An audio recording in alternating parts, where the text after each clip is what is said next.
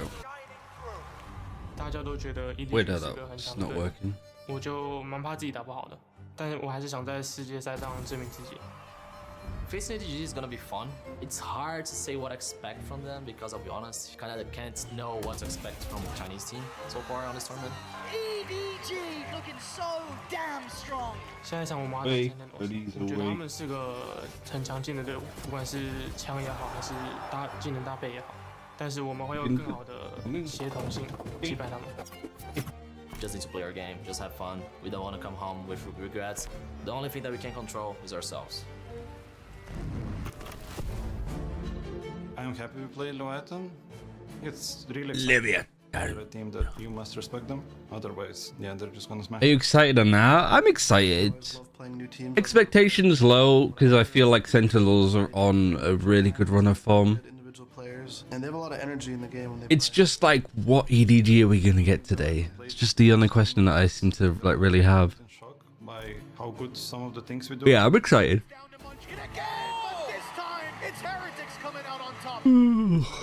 About who can adapt faster. I came from Ascension. It was a long road. Now I'm here in Champions. I'm going to lift that trophy. It's a crazy point, actually. I'm one of the best players in the world. America's #1 for a reason, Leviathan.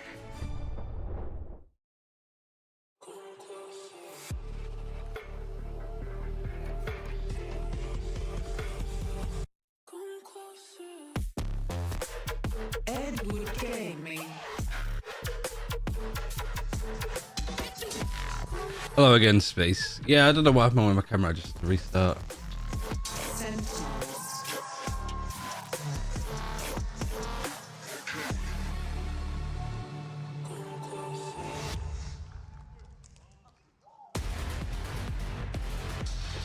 And it doesn't get any better than this. Regional heavyweights, prolific teams from China and the... I'm gonna provide the best charm wish I can with EDG, like I can. How am I gonna do this? Most exciting and pivotal Valorant tournaments of all time. SEN have been there and done that. They lifted the first ever trophy this game had to offer on a global stage. They did the same in Madrid, but EDG have been fighting for 2 years to make it to an arena. They're coming off a disappointment in Shanghai with a chance now to Haven, Lotus, Sunset. and for China. And as we're looking What's at Haven been going like? going to be the first testing ground. We were talking about it. We wanted to get that head-to-head, that neon head-to-head, and I think it's going to be amazing to see. Not only that, EDG feeling comfortable. I haven't updated this though, so. From Sentinels that this is where they want to go. Kong and Zekken have never played against each other before. In that video, he said that they wanted to beat Sentinels on their team play. Transitive said to play better when I don't watch internationals. I think this is a chance to prove it. Playing a similar comp, bringing out the coordination on that Neon agent that can be so hard to set up properly. This is Kong's chance to prove it. Yeah, and you know what? Something I want to take away from that series layout is I genuinely feel like everyone got what they wanted. Honestly, every map, you look at the records on each and every one of these maps, it is good for each team. They have performed at champions on these maps. So at this point in time, you're going to see two teams go right in the middle of the squared circle, and they are going to just go right hook for right hook, left hook for left hook. This is going to be a genuine clash between teams that honestly have every reason to be confident in this BO3. Just remember that top 3 is so close to them. It's so close. It's right there for EDG, and of course, Tim comps. This has been set up really nicely by the desk, I'll be honest. Locked in on each side. We are going to see some clashes here, Mimi. And you go down pound for pound and you look at the matchups that we have here. Zekken against Kong on the Neons. Two players that have defined their region. I mean, I think the big one that I'm looking at is this. This is his first year playing that controller role. And Smoggy as well, another duelist who switched Just, over. it was so much better against Trace the way that he was playing. So much better. Like how they're going to be aggressive, how Sentinels is going to be shutting that down. That is why for some I'm just seeing how it does. Battle of the IGLs as well. Oh yeah, well look, let's baby. baby. We got ourselves a banger on our hands. And oh boy, look who's casting a Sentinels match. It's a contractually obligated Brennan sideshow. Would you look at not just that. I mean, we snuck in EDG in there this time as well. We covered most of their games as well. It just so happens to work out this time around. Dodger broadcasting, we're in for a good one, yeah. The energy levels, Josh. I mean, listen, they're all the way up here, and I feel like both of these teams are going to be able to meet that pound for pound, blow for blow on these maps. The desk has already kind of laid it out. It's a map pool where both teams are going to be comfortable. Oh, super comfortable. You're going to get some serious high-level Valorant here today. Assuming that all of the players turn up, because both teams like to stress each other out too. They're going to force fights at times, lean on that confidence, and your form. EDG picked this map. They're defending first. Setup is just a like expecting to be execute kind of setup. Immediately is Kangkang versus Zekken on the Neon matchup. EDG are predicting short recon. Here. You see them with nobody watching over towards A long as Sentinels C split. Smoggy doesn't have a TP to get out of sight. Yeah, Smoke is propped up in the face a second, but it's still util ready and waiting over the shoulder. Here's the fault line. The relay bolt just ricocheting wildly. It's going to be that split in through, but still they don't have backside control. EDG making sure to flood in. Pulling in is nice. Interesting, yeah. Look at this. This is interesting. Where are they going though? Because Kangkang waiting here on B. I think he should have been a bit more like aware of that. With him dropped, EDG. I understand why he would have gone to get information, because yeah, what happened here? The rumble of the footsteps, nobody is going to be tested. This fucking trash can pistol. But here comes the pincer. Crunch from behind, EDG. Leaving no stone unturned. They cleared away mostly through, and Sassy's now the one who has to hold down the line. 3v3. Stuck on that pivot. Sassy sees them. Stun. Really nice stun. Oh, actually, EDG come out. Left scrappy. That's rough from Simon, but he wins the fight anyway. Not enough to cool down the weapon in his hand. Simon, the rookie, steps up, squares up, and seals up that opening pistol round. Was the stun from Zelsis not good? Or did EDG just hit two absolute banging shots there to take out their opponents on SEN? Ten's got caught in that A-link pivot, but I think overall the macro ideas were good. All right, we're winning pistols. Oh. Other than Chishu. How did Chishu get that last one shot? I do like that pistol though. You go up C, then you go for garage, and then you go for B, and then you go A. Both of these teams confident in their Haven gameplay. We've seen them both play Havens to a really high level already in this tournament. I'd hard agree with that. I think EDG as well, they're trying to put that best foot forward. This is an important match for a variety of reasons. Listen, it's not just the biggest event of the year, but as the desk was mentioning, it's one of their best opportunities to break past. On Eco, so they're getting the orb. Ceiling, they kind of Who is weapons? Chichu and nobody, and then Kukun with Stinger. You get that minimum of top 3. And they've never even been able to replicate that 5th/6 finish at a tournament. It took outrageous performances from Kangkang, putting on an all-star operator. Yeah. Attempt as well. Good switch over. Stinger's good for those. And they've left the spike. It's already read by EDG. I think a really crucial Antirion? Yeah, Antirion. You see how he's just holding A long in this round? It's more Antirion or Antiron. I wasn't sure. Sentinels need to be able to. Because you've got a purple font, it's hard to read. Trap around this. It's getting not risky so much, but economically damaging. And in the midst of all of this, Tens has snuck his way in a little. Yeah. Smoggy can pick up the Stinger though. Kind of had to. I don't think there should be any danger here unless Tens was able to lurk And his way. Fred wants to go for a wee. 30 seconds left. Yes, Antirion. EDG players are willing to take these fights. And it has been an expensive 1 HP. Softened up. John's running away with 1 HP, seeing what other mischief he can get up to. The cage. A shock. Shock dad at least chasing. Incredible that you pronounced it correctly. I mean, it's not hard to pronounce. It was more like I couldn't see because I've just woken up if it was Antiron or Antirion. To the EDG economy in the world, but it's going to soften it up slightly for round 3 and make it easier for Sen to get on the board. Yeah. I think that A lobby fight though, and pushing nobody off the A line is going to be massively important. But EDG often make it feel like it's only the Sova playing there, and if you try to take that fight, suddenly they collapse onto you with a big A lobby ambush. So you do have to be careful. You see in this round, they've got 4 players stacked up defending that side of the map there, EDG. And they're not throwing util out right at the beginning. They're waiting to see if Sentinels try to take that space before they hit the ambush. So they went exactly for that strategy. So I'm going to be using a little bit of kit, making sure that they can clear the way, just get rid of the trip. Mid-round information as well from nobody. He's just using that drone, but it was broken. There's still a bit of uncertainty, but this whole time EDG have taken deep A lobby control. You can see Kang he's posted here. This angle, just removing the drone. Cage up into his face. We'll have to use the stun to slow down any approach from SEN in case the punish was there.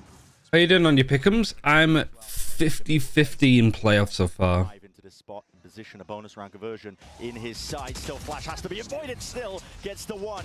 Nice stun. Just a bit late. It has separated this up a bit, but you can see the Sentinels, like, they are happy to, like, adjust. They have the spike here. Critical information to work with. It looks like they're going You still have 2 flashes here. That's still where Smoggy and Simon are. 30 seconds left. No easy openings, 25 seconds left. Jump spots. Smoggy sees it, catching it. A lot of information gathered. Fault line is Yeah, I good, think though. Fred wants a wee, so I'll go let him out. On top, and Simon just trying to play this tight angle. Nice shot. Still lands that shot. One more kill and you got a good bonus here. Push this one back. Yeah, I predicted G2 beating Leviathan and Trace to beat EDG. Utility there from Celsius and Tens. And then Fnatic to lose to Leviathan.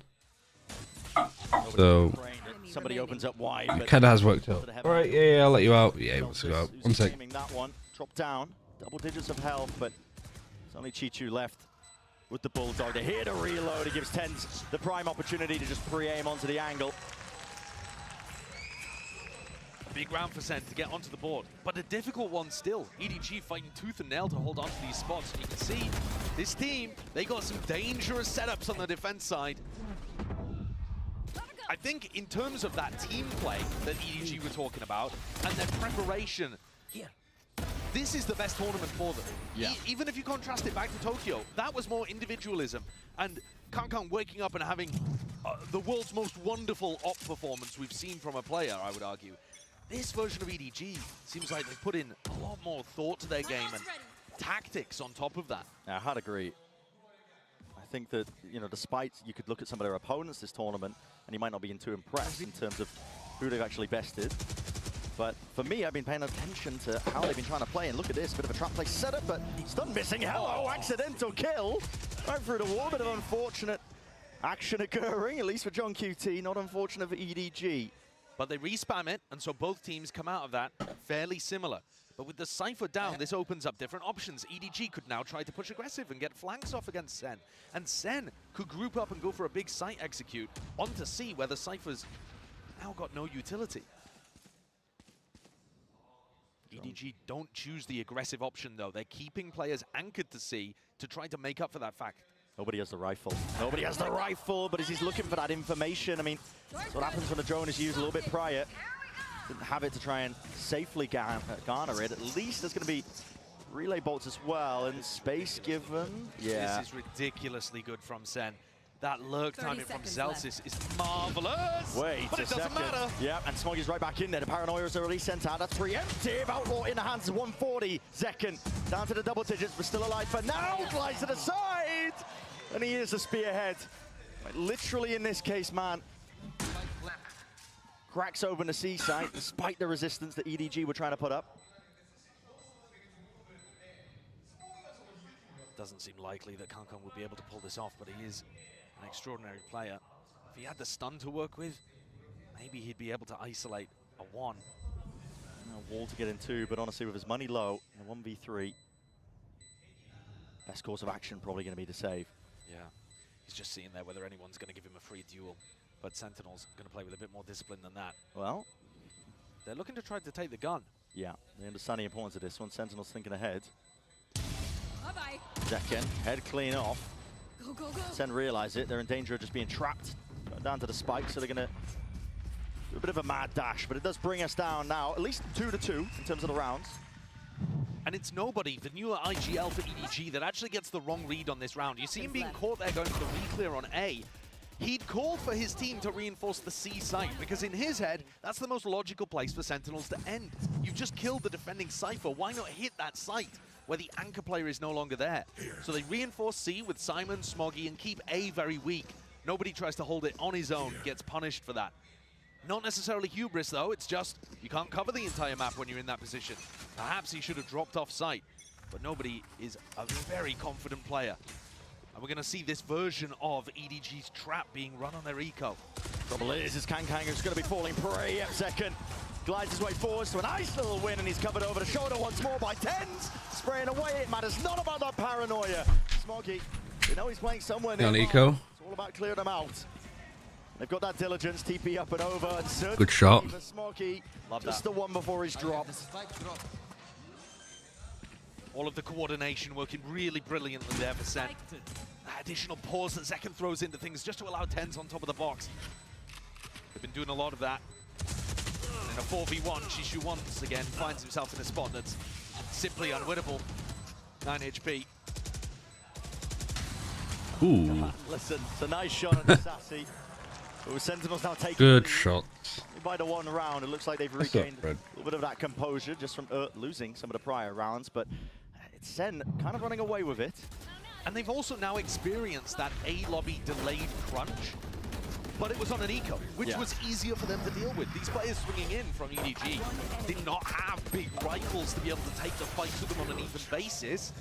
And so that should actually help SEN in the future figure out, okay, we had an idea of how to deal with it. Did it work? Do we need to make adjustments if there's going to be... Interesting timeout.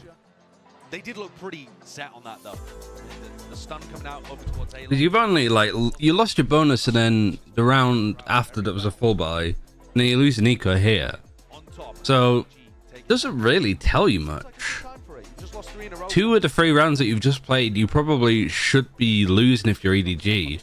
The big one was just the full buy the round before this one. It's like round 1, you win the pistol. Round 2, you win the anti-eco, which you should win. Round 3 is the bonus, which you lose, which you, like, that's fine to lose. Round 4, you've got the full buy, which you lose. This is like the major one. And then round 5, you're on an eco, which you lose. It's just like really only this round that you can look at. Unless there's something that they're doing specifically that you can call out. But Sentinels are also a good enough team to know that if they're doing something consistently and EDG call a timeout, Sentinels are good enough to go, okay, they must have spotted this. So let's change that. He absolutely is. There's some demonic plays in this server as well, though. I'm a little bit worried about that timeout specifically. Can return that fire a little bit to make it even once more on this round right here. Sentinels, though, they're a scary team, a dangerous team over the course of this tournament. Low expectations, I think, overall. From outside, a lot of the community talking about them. Absolutely, but I think that made sense at the time, too. Yeah. They hadn't had a... Come on to a Shogun round win, build confidence. Yeah, or it sort of sent you into a bit of a spiral. Zelda is Rolling Thunder. Sassy's one away from Hunter's Fury. Lot of ultimates. Big swing around this, you're right. Wall up into his face. So tempted for Simon to swing that. Yeah, Zekken, you can see him. He was holding, waiting, trying to bait him in. Drone to re-clear out through mid. EDG might be looking to try and cook something up. A re-hit here through onto B after a little bit of a garage clear. Be a great idea here for SEN. But there's... Where's this stun going? Garage. It looks like Kankang should be trying to pull attention and disappear. There's 40 seconds left. 40 seconds, yeah, a lot of time's been wasted. Don't have map I think they had the stun here, like they were expecting somebody to peek this. Simon's a little far away to deny this plant with his ult. Is he going to rip it? 30 seconds. Yeah, well, the stun at least does connect. It doesn't let the ult go. Good stun. A little bit delayed there, lighting up onto second, but still the plan is down. It is good. Hunter's Fury, Rolling Thunder. Wow, everything's used. Cacophony of ultimates, and it is coming up to fruition. Onto the corner. Simon with a good shot. Ooh, good fight. Tens. Nice trade. And Chichu now going to be getting that information. Sassy is revealed with the shots fired off as well. Jump spot, pulls him off. No harm in sight for Chichu. He's tapping away as well, praying for those stray shots to hit. Sassy might need to swing this one. Chichu! Ooh, close, really close. Yeah, that's a tough round to lose, though. When the recon misses there towards the end. And Junk Cutie did really well on that little corner. Make that decision to swing. very close to letting that one slip through his fingers. But the player on Sentinels with that Champions Trophy already in the cap. I don't think these ults were great, though. It just felt a little bit of a Hail Mary eat it. Big fight for Tens to win 2. 2 big kills. But the plant denial was late. I think that's a bit of an error there from Simon. Actually led with the fault line and then the aftershock, but it was a bit too delayed. Didn't stop Zekken from planting. Yeah, not only did they plant, they were just out of this area anyway. So I don't think the Hunter's Fury connected onto anyone. What's up, Fred? Hey, Fred. Cool. Players over towards A. There's nobody in Kankang. No, at this point, Sentinels are absolutely running away with it, assuming they can convert the anti-eco. Kankang might have something to say with it. Jump spot. In through the sprint and the glide. Fully accurate. Nobody. Not long for it. Hot shots fired by Kankang. He's praying that he can land at least one of the targets, hit one of the domes, but all the signs of life that Sen do see to cause him to scurry. Yeah, you've seen 3 players over on this site. You know that there's max 1, the Cypher, playing elsewhere. They're going to leave Tens inserted. He's always got that Omen ultimate to be able to go back to the rest of his team. But he might end up just walking backwards into Kong. No. Okay, broken. Cancels. Wait a second. Kankang. Oh, and they're coming for it. They've missed each other. but he's not watching. Not watching at all, and still damage is done to Zekken. Softened up from the prior engagement still. Tens striking from behind. Strange moment. Might want to make their moves now over towards A, but already bodies are rapidly approaching. The trouble is EDG do not have the guns for the job. And Sentinels can backfill all of this space up to where Tens was, because they know it was only Kankan that went through. Bloody hell, I mean, the fault line's dodgy. Simon, there's plenty of chances for him still. He is. Ooh, nice. Singing right now for EDG. 2v2. Have you got a gun? Is there any guns that you can pick up? No, they all went long. They can feel it. They're going to try and bail them. Really nice ult. Is committed. Simon tugged to the corner. They had to use that to win. Wasn't much he could do into that spot, so Sentinels were pushed into a tricky situation, feeling the need to offload some of those critical ults to at least find a way to win that. We still have some good ones to rotate in. Very much a silver lining to a dark storm cloud approaching for EDG. Hey, Luigi. A couple of moments where Chaos maybe could have made the difference for them, but I think Lovely shot. really beautifully towards the end. Cage inside the smoke gives him sound cues if anyone tries to push, and then you see John ping out where Zelsis should ult. The IGL making the call. All right, we've got to invest this ultimate now. It's only me and you. Full play stack. It does make this round a little weaker, but Sen have showcased that they can deal with everything that EDG are throwing on defense currently. Yeah, the mid-rounding is definitely, I think, showing that Sen are currently getting the right reads into rounds, making sure to slow it down at the right moments, and then the firepower usually carrying them over the line if it does get tricky. I think I'm right in saying the only time they've contested C fully is when they went for it on the pistol round. Yeah, it feels like the pistol round, at least from my memory. Drone is used, hyper committed into A lobby, so Sentinels are going to be aware that control is given up to EDG. Certainly looking like an execute's going to come through here on C. Smoggy has his ult to try to reinforce, but is he going to be fast enough with a smoke? Not going to be broken here. The Hunter's Fury clears his way through and back around here. The fault line was dodged by Chichu. Has found himself and carved out a little bit of a pocket and space to play around. Paranoia. Oh man, I think he just overheated a bit. Just singeing his feet. Chichu just couldn't stand still. Like at a point, nobody else could help him. And he just got deeper and deeper in. Zekken offloading it with the overdrive. Peppering them, some stray shots. EDG are going to need a pick to see if they can make this one doable. Zekken overextending ever so slightly, but still he's good for the kill as well. They're tracking! They just can't get really nice from Zekken. Control on him. It's precise. What a trade from Tens. Could have provided a chance, an opportunity, but Smoggy's been left alone into the 1v3, and Tens picks back up that position. Low enough as well, but again. Nice free K from Tens. It's looking like a great day for Tens out there as well. 11-4 after only 8 rounds. That's pretty ridiculous. If you look at players that have had outsized impact, outside of just the main duelists, where you're going to see great performances from Kong and Zekken no matter what, if you look at who's had the biggest impact for Sentinels and EDG, I'd be looking towards Tens and Smoggy, and the fact that they're on those smoke rolls fighting against each other right now gives you a great comparison. At the moment, Tens is just getting involved in way more on the attack side, trading people out. Again, finding moments to dominate with his impact. His raw aim so strong. And Sen are just going to disrespect the early A lobby. I really didn't have help for EDG, but not like this. It's not been that bad so far, but yeah, like the only runs that you've picked up with a pistol. StrongQT does need to be careful. Opens himself up to that angle there, but Is attack side and map. I mean, EDG have not been able to recover any sense of that.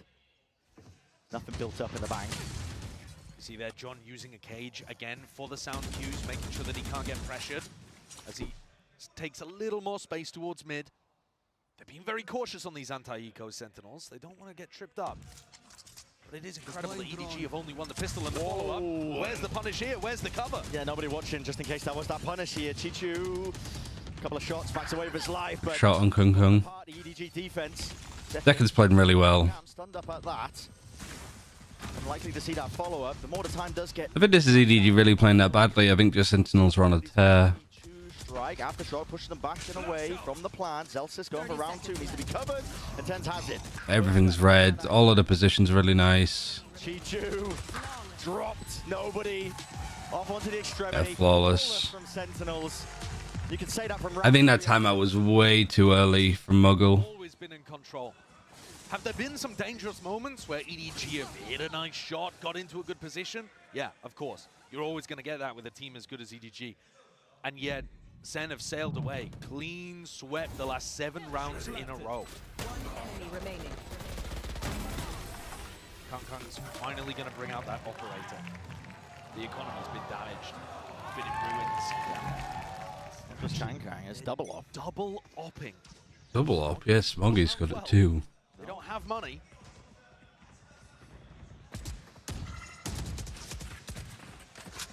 They were trolling a lot from round 2 already. I mean, you're gonna have to specify.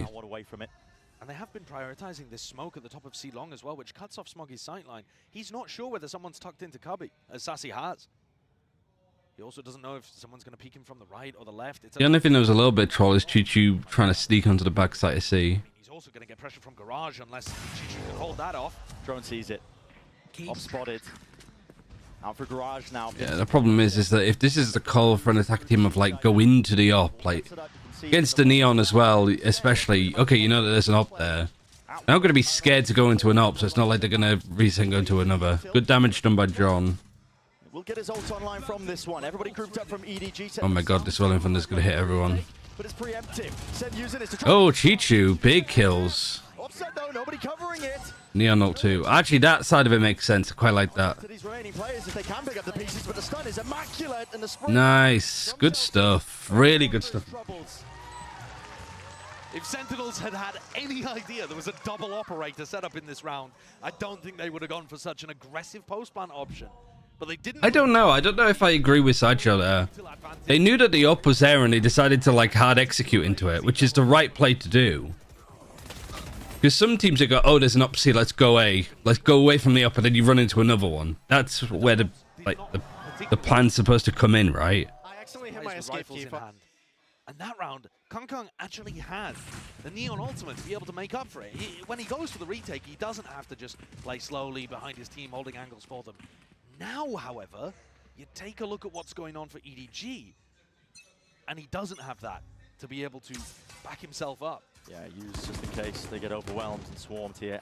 Just that EDG's defensive setup. Even B entirely open for the taking. Obviously, Sentinels don't know this one. It's been cautious from beginning to end in most of these rounds as well. High priority to try and break some of this util through, but the trip is spotted. Alright, break the trip, that's fine. Smoke B, that's fine. Sentinel see that they smoke B, so they're going to go C. Jump peeking scenarios where he might be thinking about an EDG player tucked in an angle. So difficult to play. This is brave. He's on top of the box, and nobody's watching either way. If he gets split on, he's just completely screwed. Risky, but you're down so many rounds that sometimes. Alright, now you know where the other op is. It's a fault line as well. There's catch. Alright, good stun. On the cross. Just to get out there. Showing a bit of that misinformation. Sentinels trying to make it feel like they could be Smoggy is playing it very side by side. good timing. Unaware that they crossed up. And Smoggy now isolated. Smoggy's now seen him. Is Chichu going to be able to get an idea? Good rolling thunder, good flood. Really good wall from Zekken. Quick flood attempt in through the back, picking up these rifles in their hands. Alright, Spike is left in a really annoying spot. Hunter's Fury is really nice too. You gotta expect the push. Nice. Ooh. It's another round earned. EDG can add that to the tally. What a sick defensive read by Nobody. I want to give him his credit here because he got the wrong read in a play around that started this avalanche away from him. But this time, he'd already called the rotate over to C as You just want attention. Drone had already cleared fault line. He knew, at least he should have thought, that SEN were starting to take space over on A. He just did not buy that at all, was not convinced of what John had put together. Called his bluff, hits everything perfectly. The pistol round and a few stray gun rounds. What a shot, Kang! Flexing his muscles. Second. My God, yeah, Tens is as well, but they don't realize and anticipate. Okay, Chichu is going to get dropped here. CDG trying to attempt to flood their way through. EDG don't really know how to play around the B site, it feels like. Tens will make full usage of it. Paranoia. Connection. Movement from Kang. 1v3 with an op. And praying for no guns are near you to pick up. A little bit more winnable, but for Sentinels, primed and ready for that 8th round. Just a shorty to work with. There are so many angles as well. Gotta be worrying about the high ground where Tens have been perched up. It's a double hold out through the back. The cam tagging him. You have to play into this round as a last chance in the half. Wow, they just know exactly. To a pixel perfect, they know exactly where he is. Darts. He's having to deal with it all. It's all being dished out. Wow, nobody is respecting this. That time, fully against. He still gets one. That's kind of why they had to be super careful with him. Maintain that lead all the way for the first half of Haven. Yeah. 4-8 half is not great. Pick up a really important pistol at the start. Tens continues to be immaculate in these rounds. The teleport with his ultimate into back B, the kills through the smoke. He's untouchable right now. 17-7. Yeah, doesn't get much better than that. Yeah, that's why they were so careful against him. Doesn't look like he's slowing down at all. Let me do... Incredible match so far. We're going to send it down to the floor for a nice little interview. Hello everyone, it's Bella. The Zekken and... Zekken's mom and Tens' brother. Oh, uncle, sorry. Okay, first, I didn't think he was Tens' brother. Tens is by far, I feel like I knew it had something to do with a brother because it's his parents. In the world, what is it like having such a superstar nephew? 이렇게 텐즈 선수가 워낙 이제 전 세계적으로 유명한 발로란트 선수인데 이런 슈퍼스타 조카를 둔 소감이 좀 듣고 싶습니다.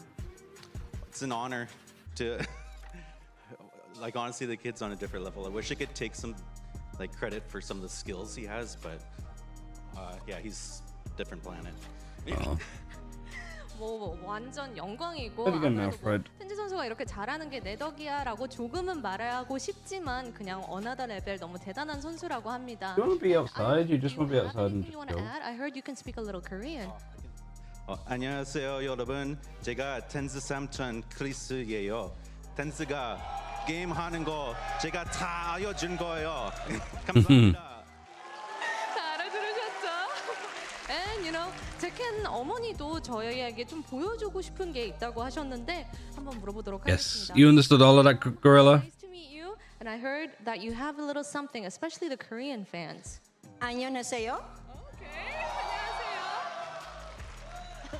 You got a bigger chair, and he's like, "What the fuck? I just like spit bars." Okay, you ready? All right, let's do it. Let's dance. Let's close out with the dance. Okay, let's go.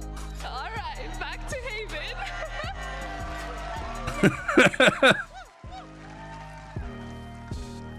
They pulled out the fucking sigh. It's just incredible, man. That is just incredible. Oh, that's killed me going back in.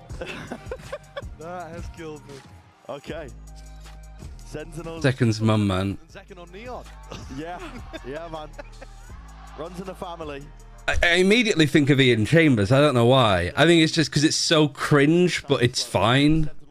And I just immediately think of Ian Chambers doing shit like that. I think if you're watching Let's do some K-pop dancing, shall we?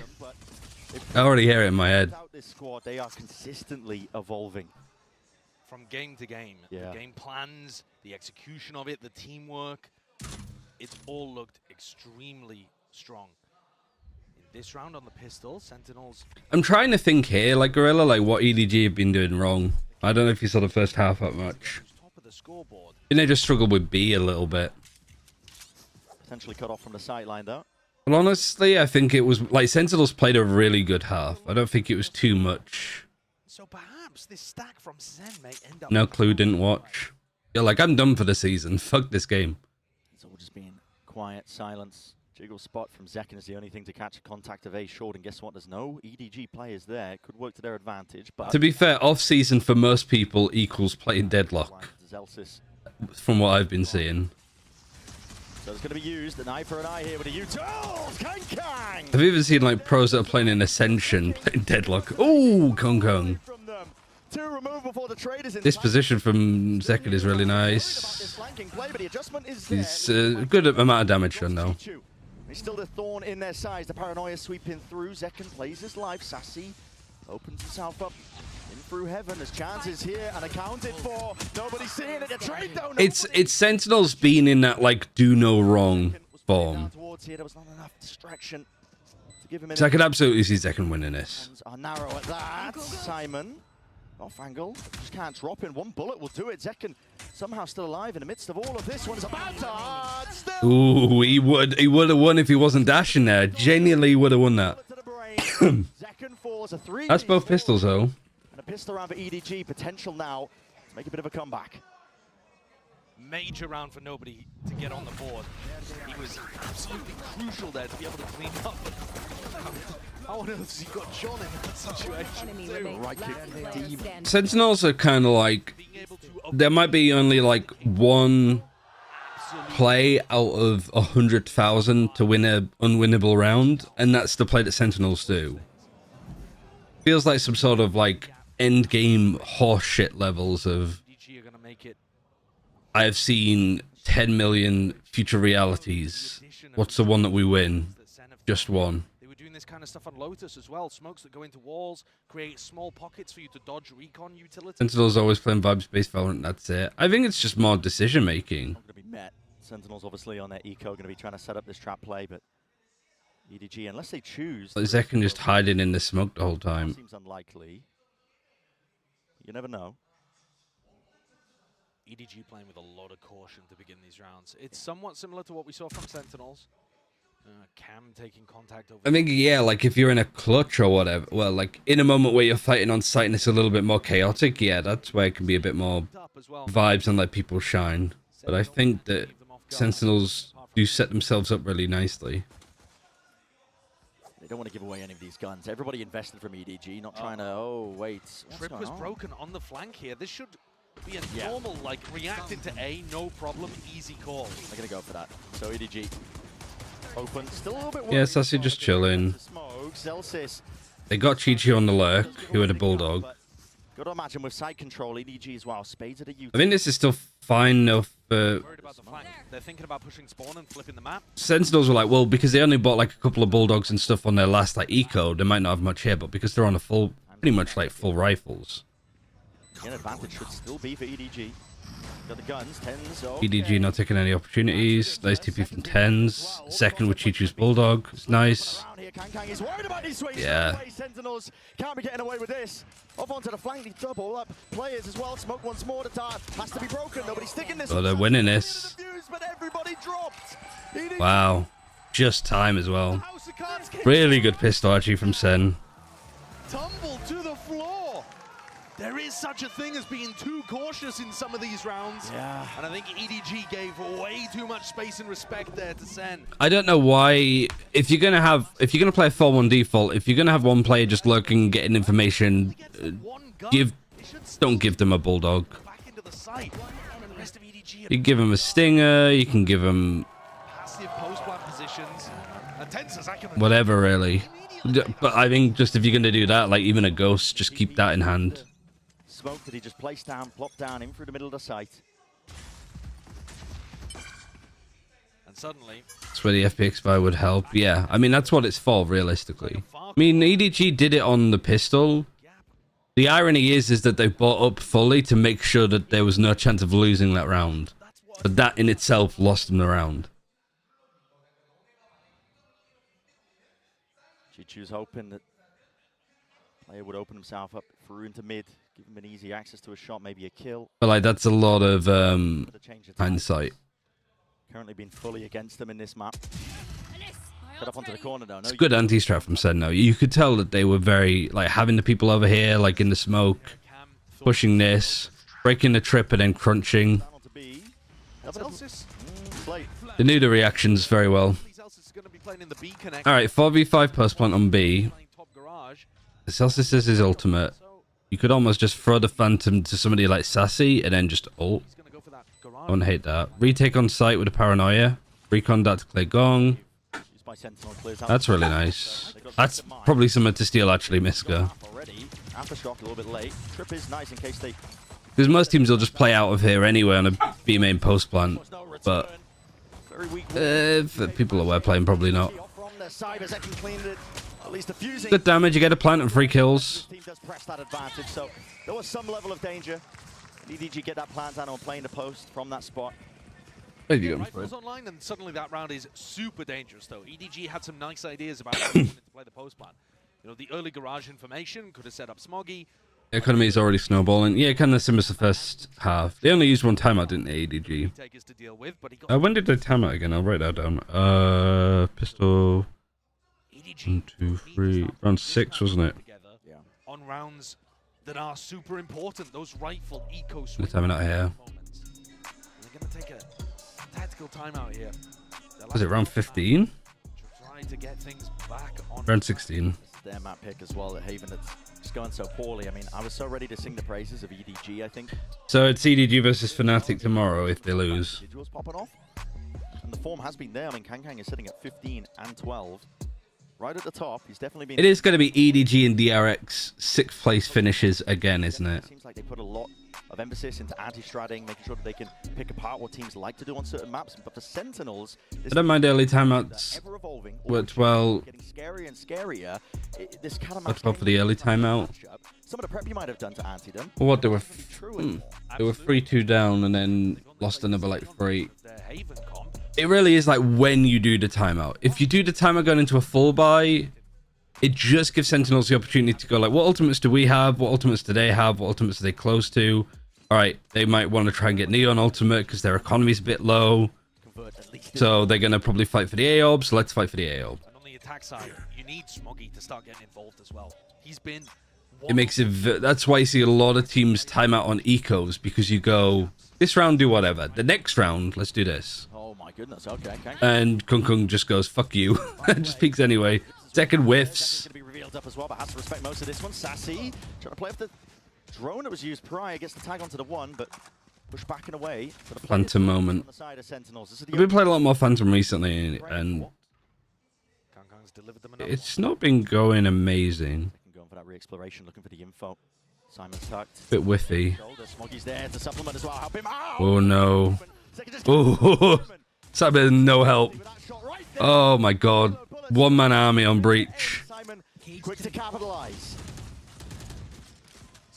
This is good, like good attention stealing from John. The rotate's going to be heard from Tens. Is Tens going to cut them off? Nope. Really good observing this too. You got a camera here too deep. Right here behind them though. And there's no utility for the flank. Yep. That smoke at C is going to be fading. They are not going to anticipate this. He is so quick right there behind them. And it will be dissipating. Oh, Simon, nothing's getting past him. This guy's been a savior for EDG in so many moments. The util just narrowly avoided. These are the fault line. John QT still here. But enough has been done surely for EDG, and they know it. Doubled up high-low. Simon taking that point. 4-piece in the end. Wow, nice 4K. Somebody else to come in and clean up what Kung Kung delivers you with his opening duels and his entrying. Oh wow, just a pixel. At all. Celsius should have been way behind the corner. How did he even get that one? It's absurd what Simon's put together, especially when he's stunned up in the corner. Nicely done. Nice idea from Sentinels, but Simon rips it away. I was talking about Smoggy stepping up, but it's a newcomer that delivers that. He gets a 4K and he gets an assist on the other kill. Pseudo ace, especially for a breach. That misses. Zekken gets onto the line of sight, but feels like Bit of uncertainty. Can't really take the fight that he wanted to here. The drone from nobody should be clearing potentially. Might just. Yeah, I mean, so the you have got to be very skeptical. Plenty more players where that came from, and it does soften up a few of them. So EDG feeling a bit weakened, but not deterred away from A. They've also seen Simon's ripping it on the fake. Oh, it's a fake. Very much alone, just trying to cut that noise. With the double ults, fake. Players trying to be pulled back. Sassy, though, And then it's just opened it up towards C. And it's gotta work. I mean, EDG, it has to work. Oh, slow down, Kung Kung. It's a Cypher. He's gonna be... It's John QT as well on the Cypher. Oh, Kung Kung might have fucked it. He completely fucked it. It's gone tipsy-turvy. It's like, yeah, you need to take space, but you've also, like, baited the rotate. John QT's about to get third, yeah. Good round from him, but, like... It's so damn uncomfortable for these EDG players to stand their ground and take these fights. Sentinels up to 11. Didn't really like the fake attempt there. I think it's far too obvious what EDG pulled out in that round. They're sending double ults, but there's nobody scaling off of it. There's no standard util at the beginning, like recon flashes, that kind of stuff. And on top of that, the rest of EDG weren't even set That up. part I don't agree with Sideshow on as much, because you were actively fighting in that position. Unless he meant, like, you know, like recon and stuff, but I think there was a recon on site. The one thing he missed is smokes, but I think there were smokes too. EDG's eco is... It's hard to do a fake without having somebody dash in off of it. Fire if they're trying to force here. What's Smoggy doing? It's all over the place. Sparking been by, but they're not on the same page with this one. Another fault line to set this up. Early angles from Kang, but he's revealed up. No one deals with that dart. The bolt and the stun just not quite connecting. Still, they want to square us. Oh, Simon, fucking hero play. Smoggy not heating up today. Feeling it, yeah. The buy is really odd. Cut noise now. Go for the rest of the hit, but he has opened his sight up. Are you going? In and away. NeuroFF shows that there's one in short. Praying in through the smoke as well. Yeah, that's kind of like the fucking but pro experience. Played Sassy in through. Nice shot from Sassy. Lands it to the dome. Kang's being dropped now. 3 versus 3 Sentinels. Still make a go of things here. EDG. Good trade by Tens once more, but a smoke dropped down. Good paranoia. All added on top. Good from nobody. Down to Tens, and he's doing damage right through the wall. Isolates. Ooh. Oh, come on. Just some like great fights from Tens. What a beast! What an incredible player! He's having a monstrous tournament. He has been. I just think that after you get that kill shot, you want to be sitting back. His impact today, 21 kills across 18 rounds. And he's just saved them after 5v3. and made that one unlosable for EDG. Also raises the question of why is Kung Kung here, not on site as Neon? And Smoggy just can't find a kill today. Another 1v1 kind of clutch situation that he can't win. Almost every clutch going away SN, almost every single round off the back of that. He also didn't have armor, by the way, Smoggy, to begin that round. Maybe that could have made a difference. I'm happy, but I'm also very sad. I'm in a good position where I predicted SEN to win this, but I obviously want EDG to win. What? The cage helps him. How's he getting away? That's ridiculous. Glides himself back as well. Yeah, you can sort of tell that EDG are a little bit tilted now. Rolling Thunder. Omen TP'd out. Left spike, but you got ultimate to pick it up. But discipline is called for in moments like this, and they tempered around down at that minute mark. Celsius, flash, re-exploration, re-clearing. And just holding for it, that's nice. Getting ahead of themselves. It is good information, however, for Sassy to start pushing out. 3v2, where you going? Yeah, there's so like lack of info. But Sentinel's only doing this 1 second. Chichu goes down. Full map control lost. Sassy. Yeah, good read. Actually, really good defaults. This is nice from EDG. They weren't doing this at the start of the year. Like, really good calls to just slow this down and just kind of like Sentinels one at a time peek into them. Threw into the smoke. Plan down from Simon, but the smoke was watching. Nice from Smoggy, yeah. Smoggy's turn to really come alive.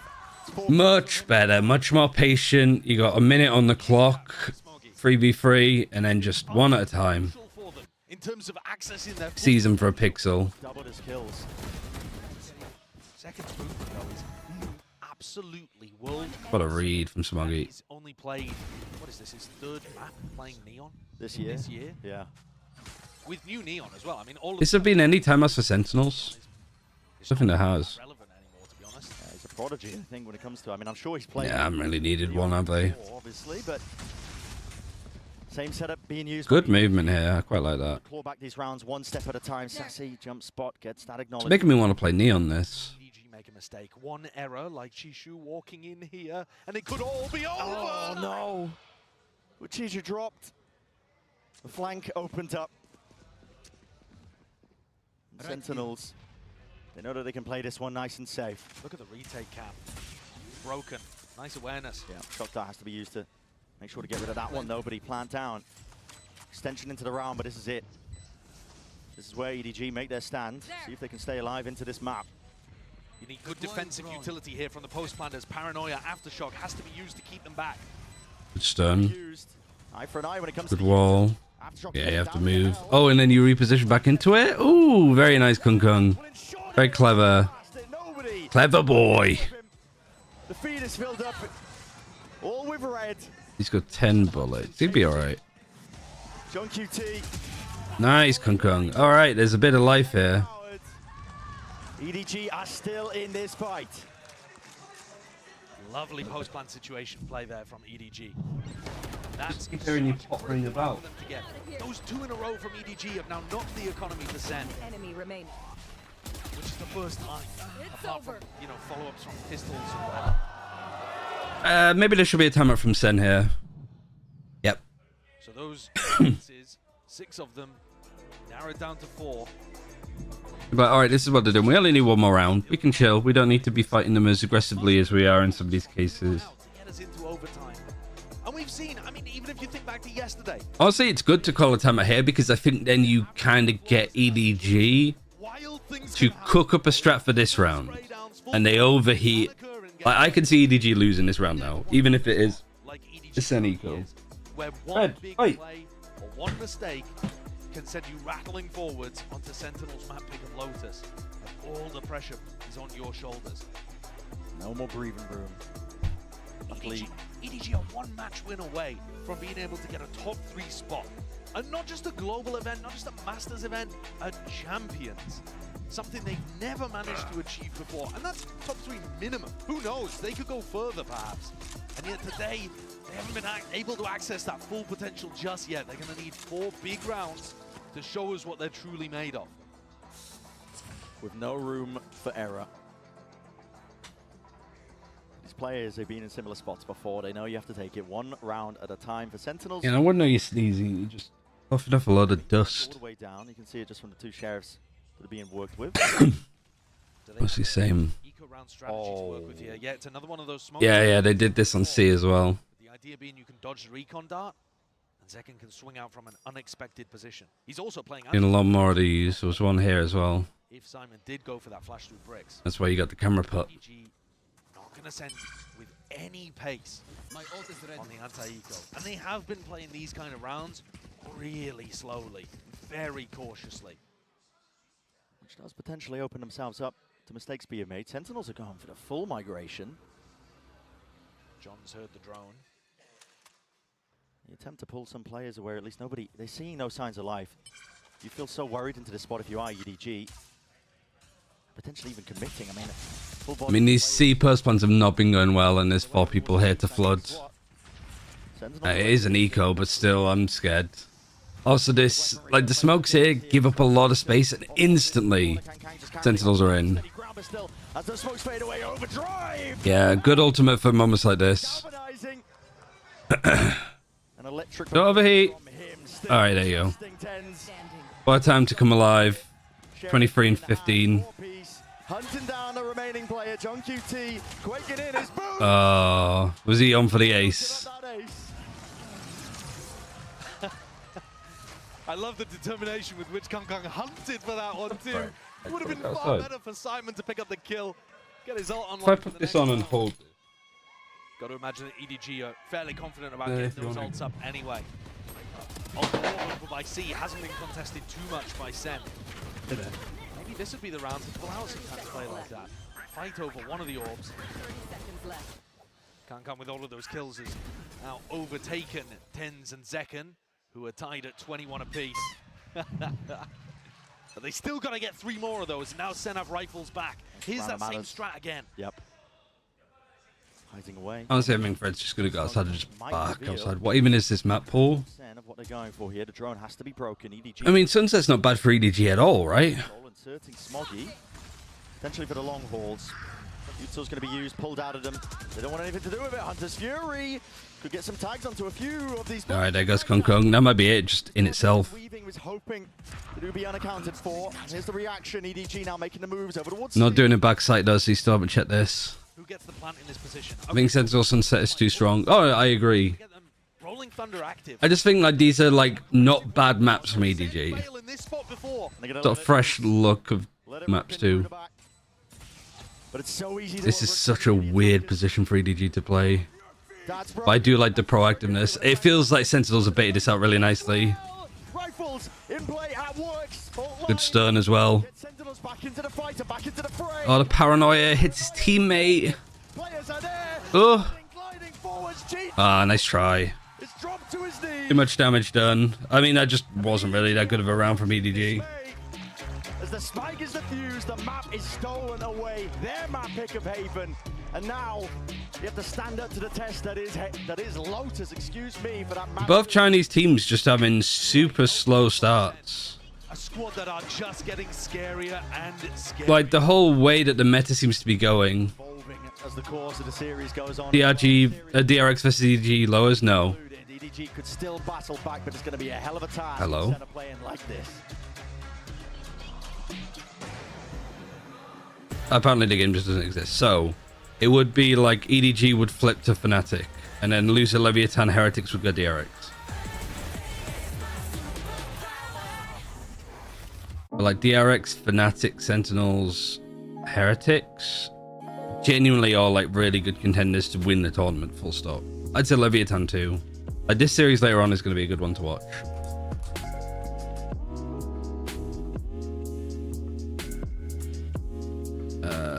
But yeah, let me run ads because they're running ads themselves, aren't they? All right, you want to be back in? All of that.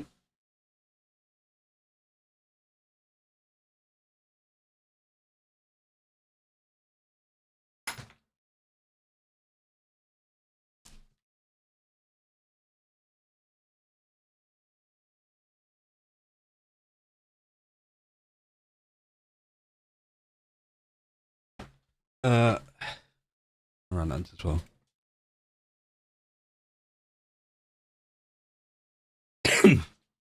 Two times a breach ult went into CT, and each time they did that ult they lost. You mean both for EDG or one that Sentinels did and then one that... Yeah, because both, like, the EDG one was more Chichu being set up in a good position and gets a really big, like, 2 kills.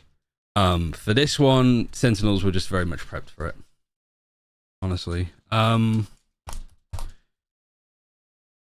What was I gonna say? Lotus is the next map, right?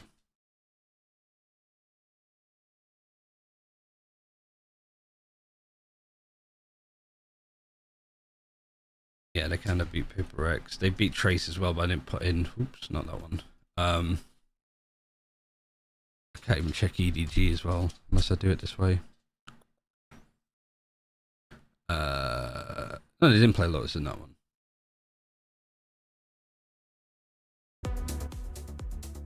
What's the SEN's Lotus form like?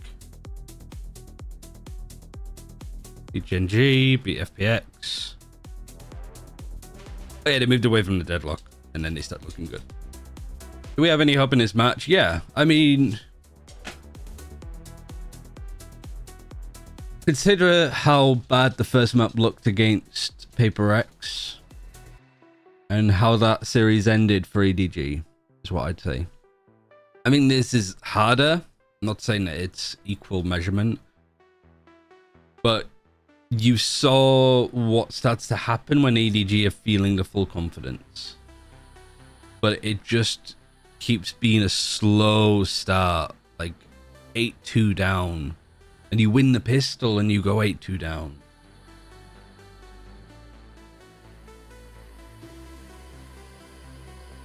How much of this defense? Who's it for? I mean, Simon, yeah, just couldn't really get involved, it felt like. But that, like, this kind of, like, statistical performance... sorry, that's Celsius, my bad. Simon actually was not too shabby. Smoggy was quiet. Nobody was quiet. They didn't really go A. More pressure on these. Kung Kung died first a lot. Second was really good on the entry. Second, my god, 9-1 start. I mean, if the desk doesn't talk about that now, then that's going to be kind of crazy. I don't know why I didn't keep that muted. Second, a crazy performance. I mean, both the duelists pretty much equal. The second doing a little bit more damage on average, but just this difference of second being the entry. And like Wizel's 16 assists, probably a lot of them to do with this. In comparison, Simon 16, probably the same. What are you doing? Hold on.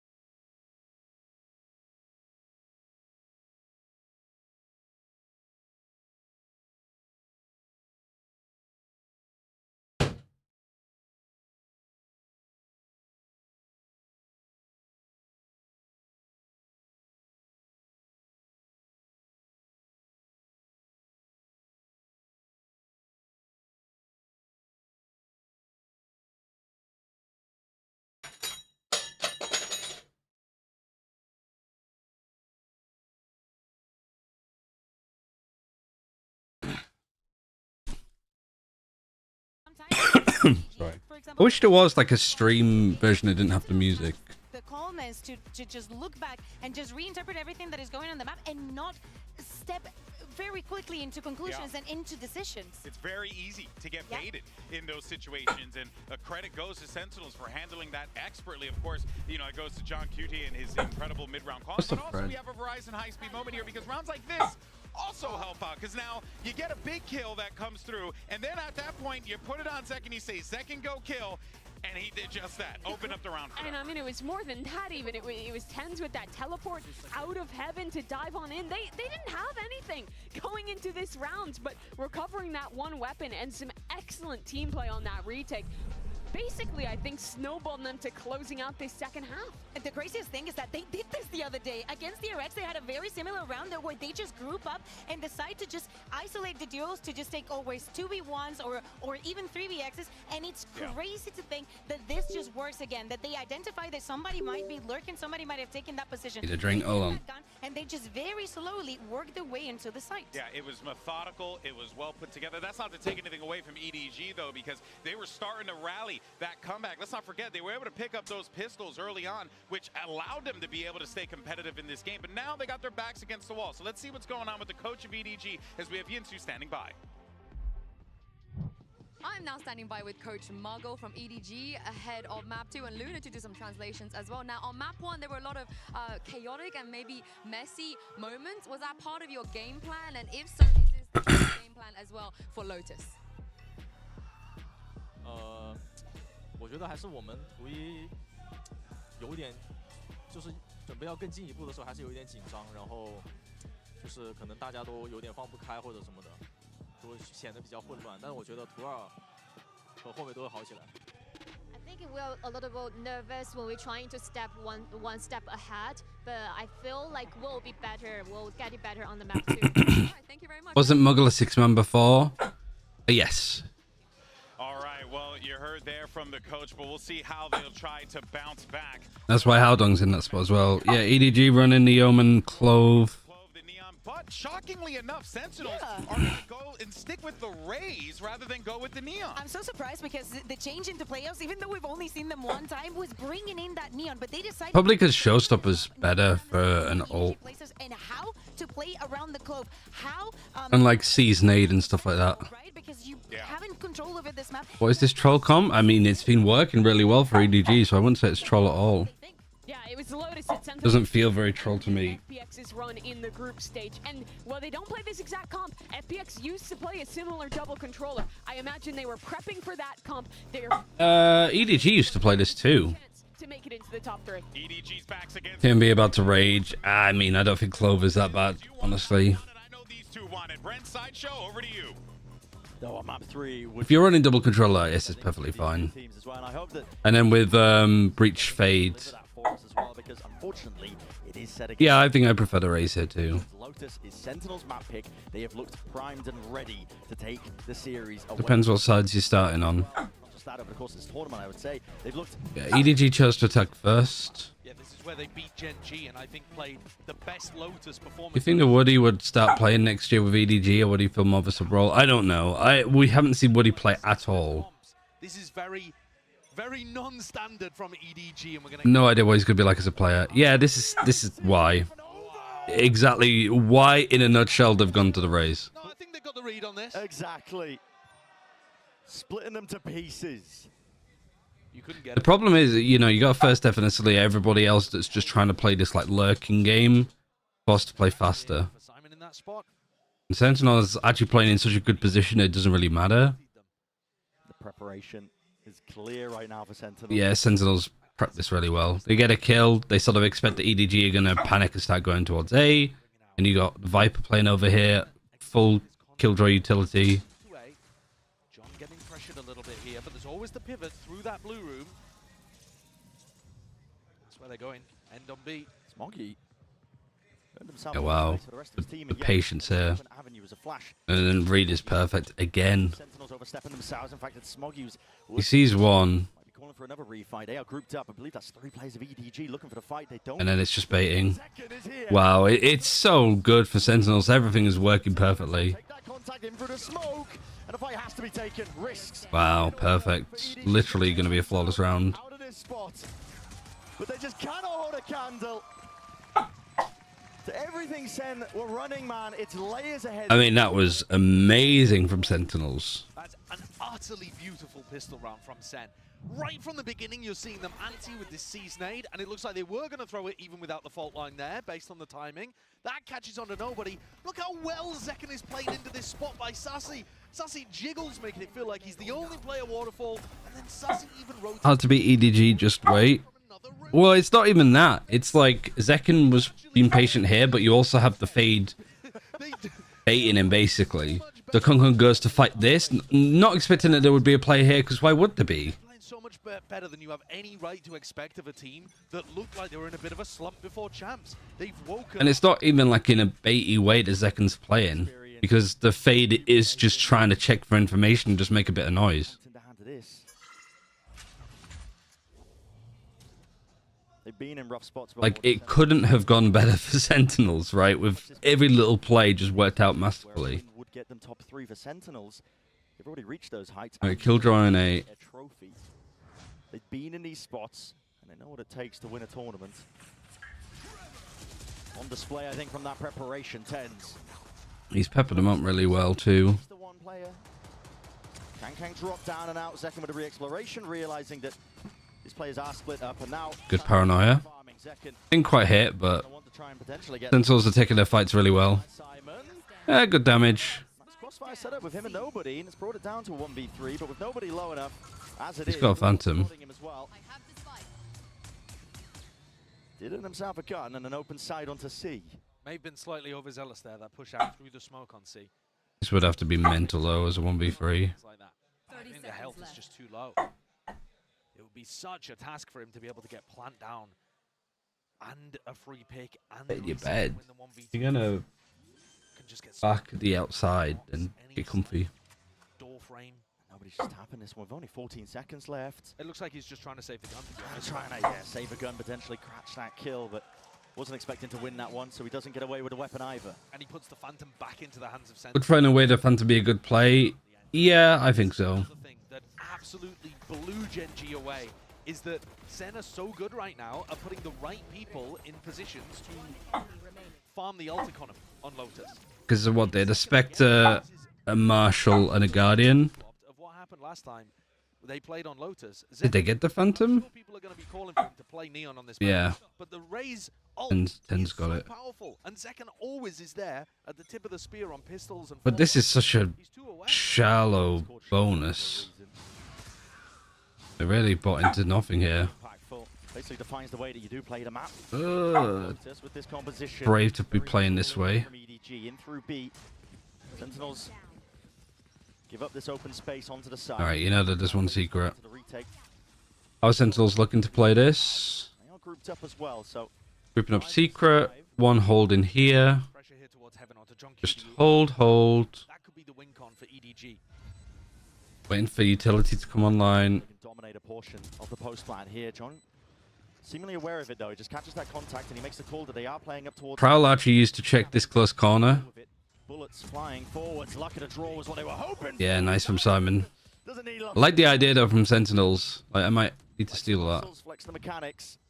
Just the Hod to go in this position when there's a smoke here to help these players find their way in. What a spot to put your breach in. Yeah. Yeah, that's also true. Smoggy get on the board early up as well.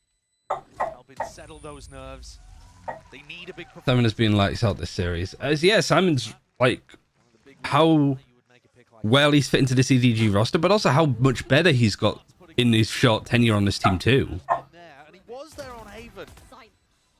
Normally, it's like big impact and clutch. Like, it's weird for me because like I know Simon quite well. Like, we've scrimmed against him. We played against him in officials when he was on IMA. Here's a fight over towards Rubble. I think he played controller then, though. I don't. And like, he was always consistent. He was never like lights out. They're gonna make a go of things here as well. TP up and towards the top. The seas. Yeah, he was good. So they give up that space once more. Fault line. Second level of things here for EDG, just in case there is that refight. Chichu clearing most of this. Sentinels players though, they're lying in wait, and the paranoia triggers the play. Still, Chichu still. Nice, Chichu. Nobody's watching Secret though. This is a one-way. That's a nice one-way too, actually, when you're playing from that position. And there's no trade there. He's 12 HP. They're both low. The flank all the way around. I do feel like EDG, yeah. Sassy is a dangerous beast.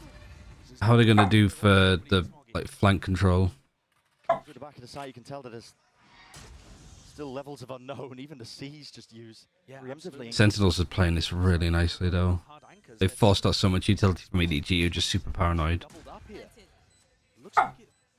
One opening the door. advantage though for EDG. Playing back site, one of them's tucked in onto, like, I don't know what you would call this really. John, couple of different avenues, but not pushed together. John, where have you pulled that one from? The bring seemingly, it leaves it all down to Smoggy. They're both. Well, John isn't low. Ooh. Had Sassy go first because he was lower. Yeah, another like close round. Well, I mean, what is it? It's another 5 versus 3 that EDG end up losing. John standing up, standing tall, as you say, not allowing the nerves or the moment to get to him.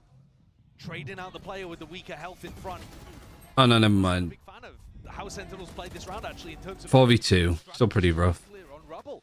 It gave EDG the advantage, and it was individual skill from Sassy. Plus, I mean, what is that? Yeah. Nice, boys! Sen getting back in with the player quality that we know from this team. Please check on his EDG. It's not even that. It's like how they deal with this. The one way was really nice from Tens, and like the fight that they took on Chi-Chu from Sassy. I think it was Kung Kung that tried to like trade with this on his own. If Simon rips his ult, all 3 players could be caught. Seconds closer to Showstopper, and he's gonna let him rip. Showstopper missed. You're gonna You're not gonna check the left hand side. Why would like people need to check the left hand side? Literally had this in ranked. From Sen that was going B early on. Fake Rubble fight, and they've read the pivot over towards C here as well. They are not worried about a repop into B whatsoever. It's such a good position though if they have Rolling Thunder. You just make noise here, like you play from secret and you go A. 9 times out of 10 they're gonna Rolling Thunder like this, so you have this little gap. Simon sticking with the blood, he doesn't even get that. Yeah, time after this, I think. Down exactly where they were needed, and Chi-Chu's just praying, hoping that he doesn't. The safest plant in the world. Spike planted, but it's not in a great spot. Great paranoia, lovely paranoia. Instinct and timing, Chi-Chu still traded off. Second jumping on top of the box, really nice reposition. Tens playing off of it really nicely. Claim to his life, Sentinels again. Timeout should be sooner. I mean, like timeout now, like next, like as in like it should have been sooner. I don't know. I think that's what went wrong on Haven. And look how beautifully they dodged that. 2 players still in crossfire position, Sassy and Tens. I wouldn't have done it the round before. Completely. And that after their showstopper gambit failed. Like I don't like taking timeouts on full buys. They should be doing it now, but if they take it next round, I'm going to be really annoyed. Because like you've got these rounds, you got these ultimates and stuff. You got like this is a round where you set up the ultimates that you want to be getting. Maybe you come up with a bit of a strategy here. But like you do the time at round 6, but you mostly talk about like round 7.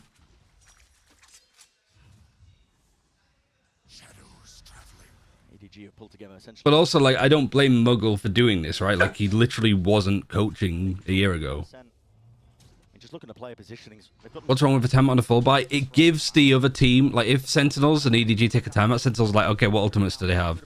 They have this, they have this. Sentinels are really heavy, like, anti-strat team too. Striking right where it hurts, and accounted for with a pin to play. And I think you need to be able to talk about like, okay, what's going wrong? Like we're fighting towards A, we're doing a pretty good job fighting towards A, but we're not lurking anymore. We're not resetting. We're not doing anything fast towards C. We're just starting off A early every round, which if you kind of get into this position where you're fighting A and it stalls out, it's such an annoying position to reset from on attack. And so many teams just get stuck. That maybe he didn't have it in him anymore. Right. More fool me for thinking that of the bald beast from Brazil. This guy. I'm not going to time out here either. If they lose this, I'm getting worried. Even at the beginning as well, he was saying that it doesn't matter how many trophies you win, it just makes you more and more. It might just be that the team are talking about stuff and like Muggle agrees. Like, you know, EDG looking to change stuff up. Get the ob for Simon. This is fine. They've been both through the hard times as well. Bald beast from Brazil. Yeah, good shot. It's against the Ecos. I don't really comment on it too much. Back to last year. to think back far. No, and that's one of the massive differences. Second's got Phantom John, QT's got Phantom, Sessy's got Vandal. You know, from TenZ's POV for that third trophy, that third peak, whereas it would be EDG's first attempt at even making top 3, a podium finish, minimum bronze in this tournament. If they were able to come back, Boss had a nade early, nice. some incredible resilience, because It's going to keep the, yeah, it's pulling a rotation actually. Like everybody's shifted across slightly. their economy is getting stretched. Good ult, because it means that Killjoy can't stay. The only player in through the side. Chichu sticking with the TP. Oh my god, Shill. Oh, never mind. Punish from the Odin spam. Directed him exactly to where Zelsis was going to be playing from, and the smokes are renewed in the face. I mean, it's literally a case of if TenZ doesn't TP there, he gets the kill. Difficult to even get this plant down. This is nice because it forces some utility to sort of play close. Kunkun gets hit by that. Junk QT somehow gets 2. Scatters their ashes to the wind. You can tell that like EDG are a little bit scared though because they're planting safe and they have to play on site now. Smoggy left, isolating, heads are popping, Sassy sticking onto the half. Ooh. Best chance in a long while. They've got to deal with Good ult. not dead yet. Sassy sticking, but Yeah. coming through. Does that mean that Smoggy's gonna die? No, he should be fine. 10 seconds, isn't it? Where Smoggy gets impact. Coaching wise, Muggle kind of has to do a lot, and I think he's done incredibly well because of it. John off the back of Sassy's ultimate had done enough. But let's be honest, what I just mentioned, like about timeouts and stuff, like for one, it's so hard to get it. Like it's easy to talk about and to kind of criticize. Many good opening opportunities as he can. But like in the moment, it's really like because you're thinking about so much as a coach. So you're not really thinking like, is this the best time to do it? You're just like, I am taking the timeout now. Not really wanted to opt into these, but they have been doing some re-clear strats. To begin with, at least, like I tend to say, you kind of let the players decide. If the IGL goes, like, let's have a timeout. Into the back of the side, EDG, they want to go rapid. Increase of the tempo, overdrive as well. That's put in a squeeze, and TenZ tested in that moment. Can't offset EDG, overwhelming him as the Too many people. John QT is fully unaware. Nades ricocheting, but it Really good post plant here, actually. Much better from Smoggy to be playing this. So the A plants for ADG look a lot better. I can't remember too much about like the Paper X series though. Just when it looks like they're down and together 2 very nice rounds. But he's just sitting in the sun. Utilizing the fact that SEN have been a bit timid over on Rubble. Haven't put together a round where SEN have gone for the A really nice morning. He almost kills him. This is clutched in that position before, but he's got no hope here. He's just trying to hold on to that Phantom. It's his first kill, strangely enough. Yeah. 1 and 2. Sometimes that's the way of things when you do end up dominating, winning by such a margin that you just don't get involved into the fights. Other people are just doing it for him. Yeah. Keeps it in the next though. And this is EDG, I think, with that tempo increase. The prior round, if you remember, think back, that EDG did win. They started with a very slow default. Super slow. First minute, they weren't really doing much. I mean, they were pressuring towards A and 1, 2, and 8 rounds. But that was a massive increase in pace. Ah, and the SEN timeout too. TenZ got caught completely off guard there. John wasn't fast enough to make a decision about what he wanted to do, how he wanted to support TenZ. So the Omen star for Sentinels was left adrift there on the A site. Kaplan's going to come in. I need to talk to Drew about like his note taking because he always takes notes. Into the mix. He was talking during the coaching interview about how on Haven he felt like his team had done a great job of listening to him during the timeouts, taking some of the strategies he'd given them and applying them. Notepad notes. They're going to need to do the same again to stay ahead of the game here. Oh, excuse me. Second continues to be playing at an outrageous level.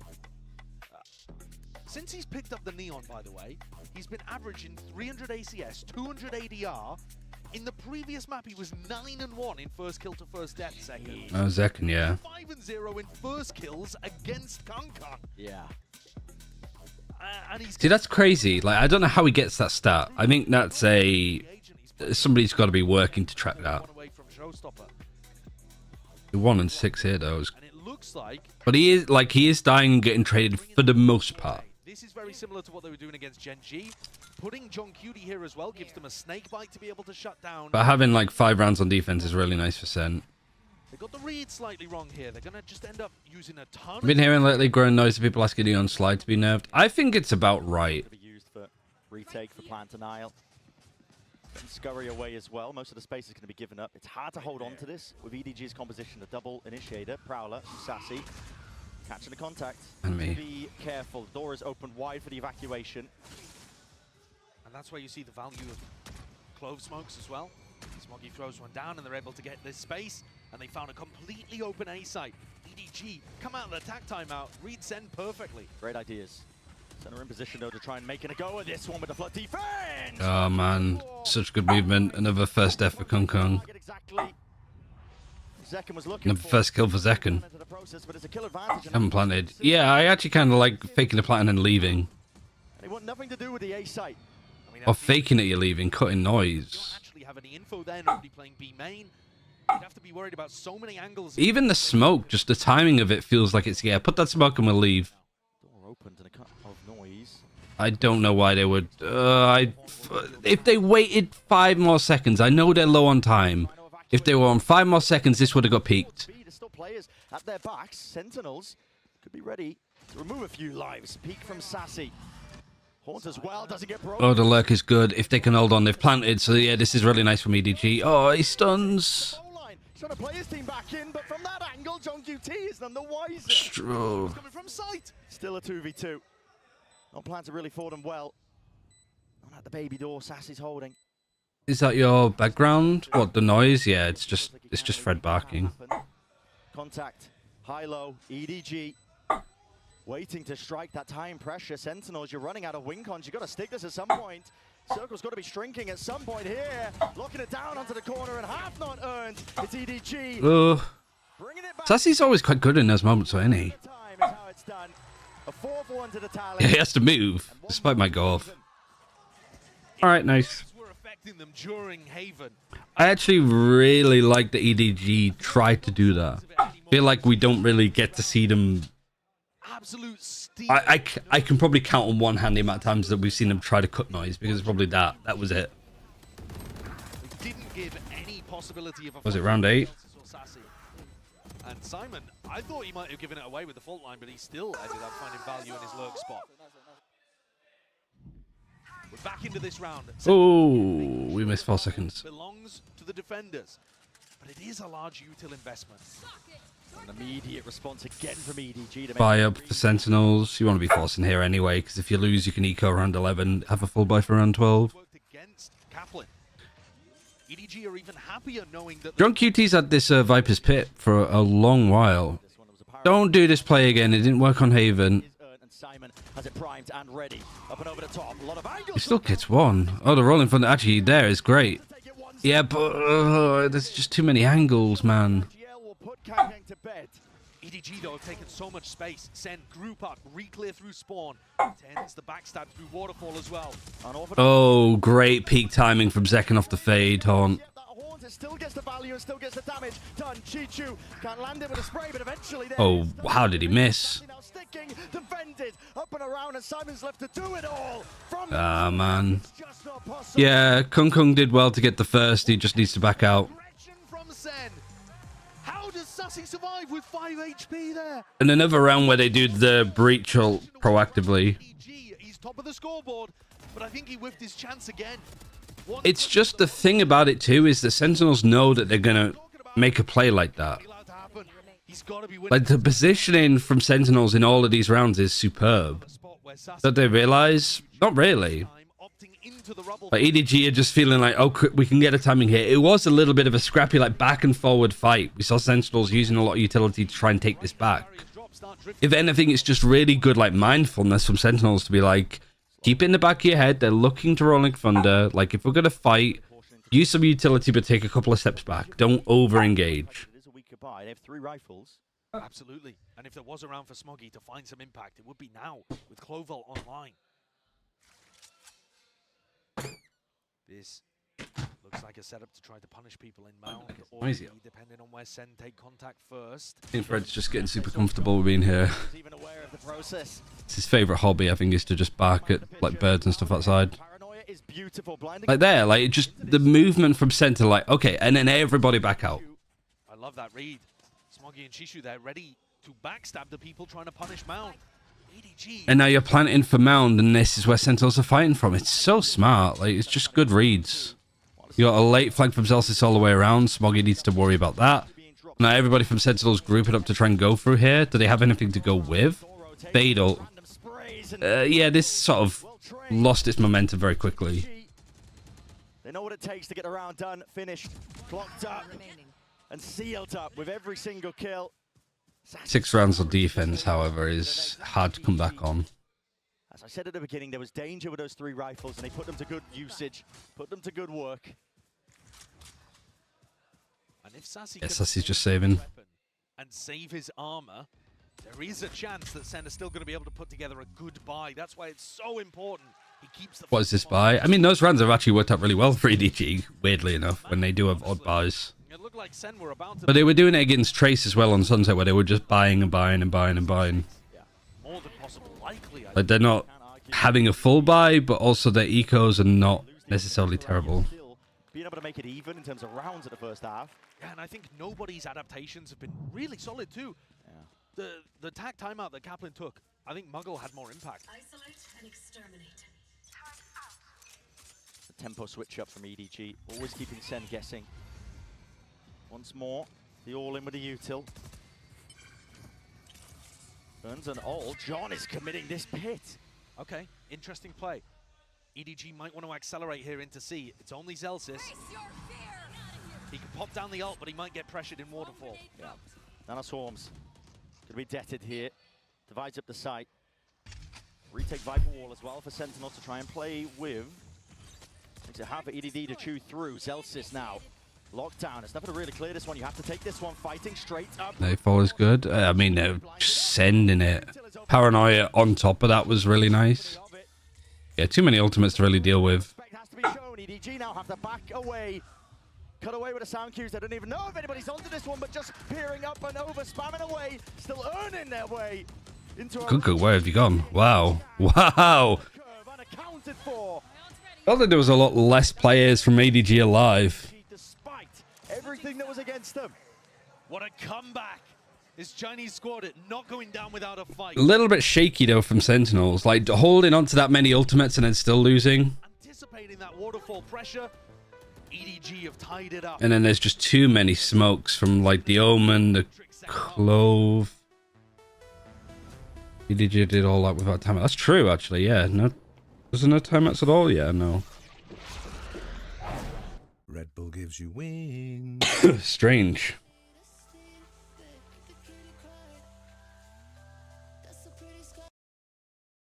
For a second. What's the attacking side been like? ADG 9 rounds attacking, 8 rounds attacking against Butt and Paper X. So here 6-6 isn't amazing, especially like 4 rounds lost. How many did I lose on defense actually? So 4-1 against Paper X, 9-5 against Butt. Sorry, 5-5. It's not bad defensively. And then Sentinels. HNG, where's the damage done? Their defense is good. The defense side is actually a tad stronger. I mean, that's mostly because this was so quick.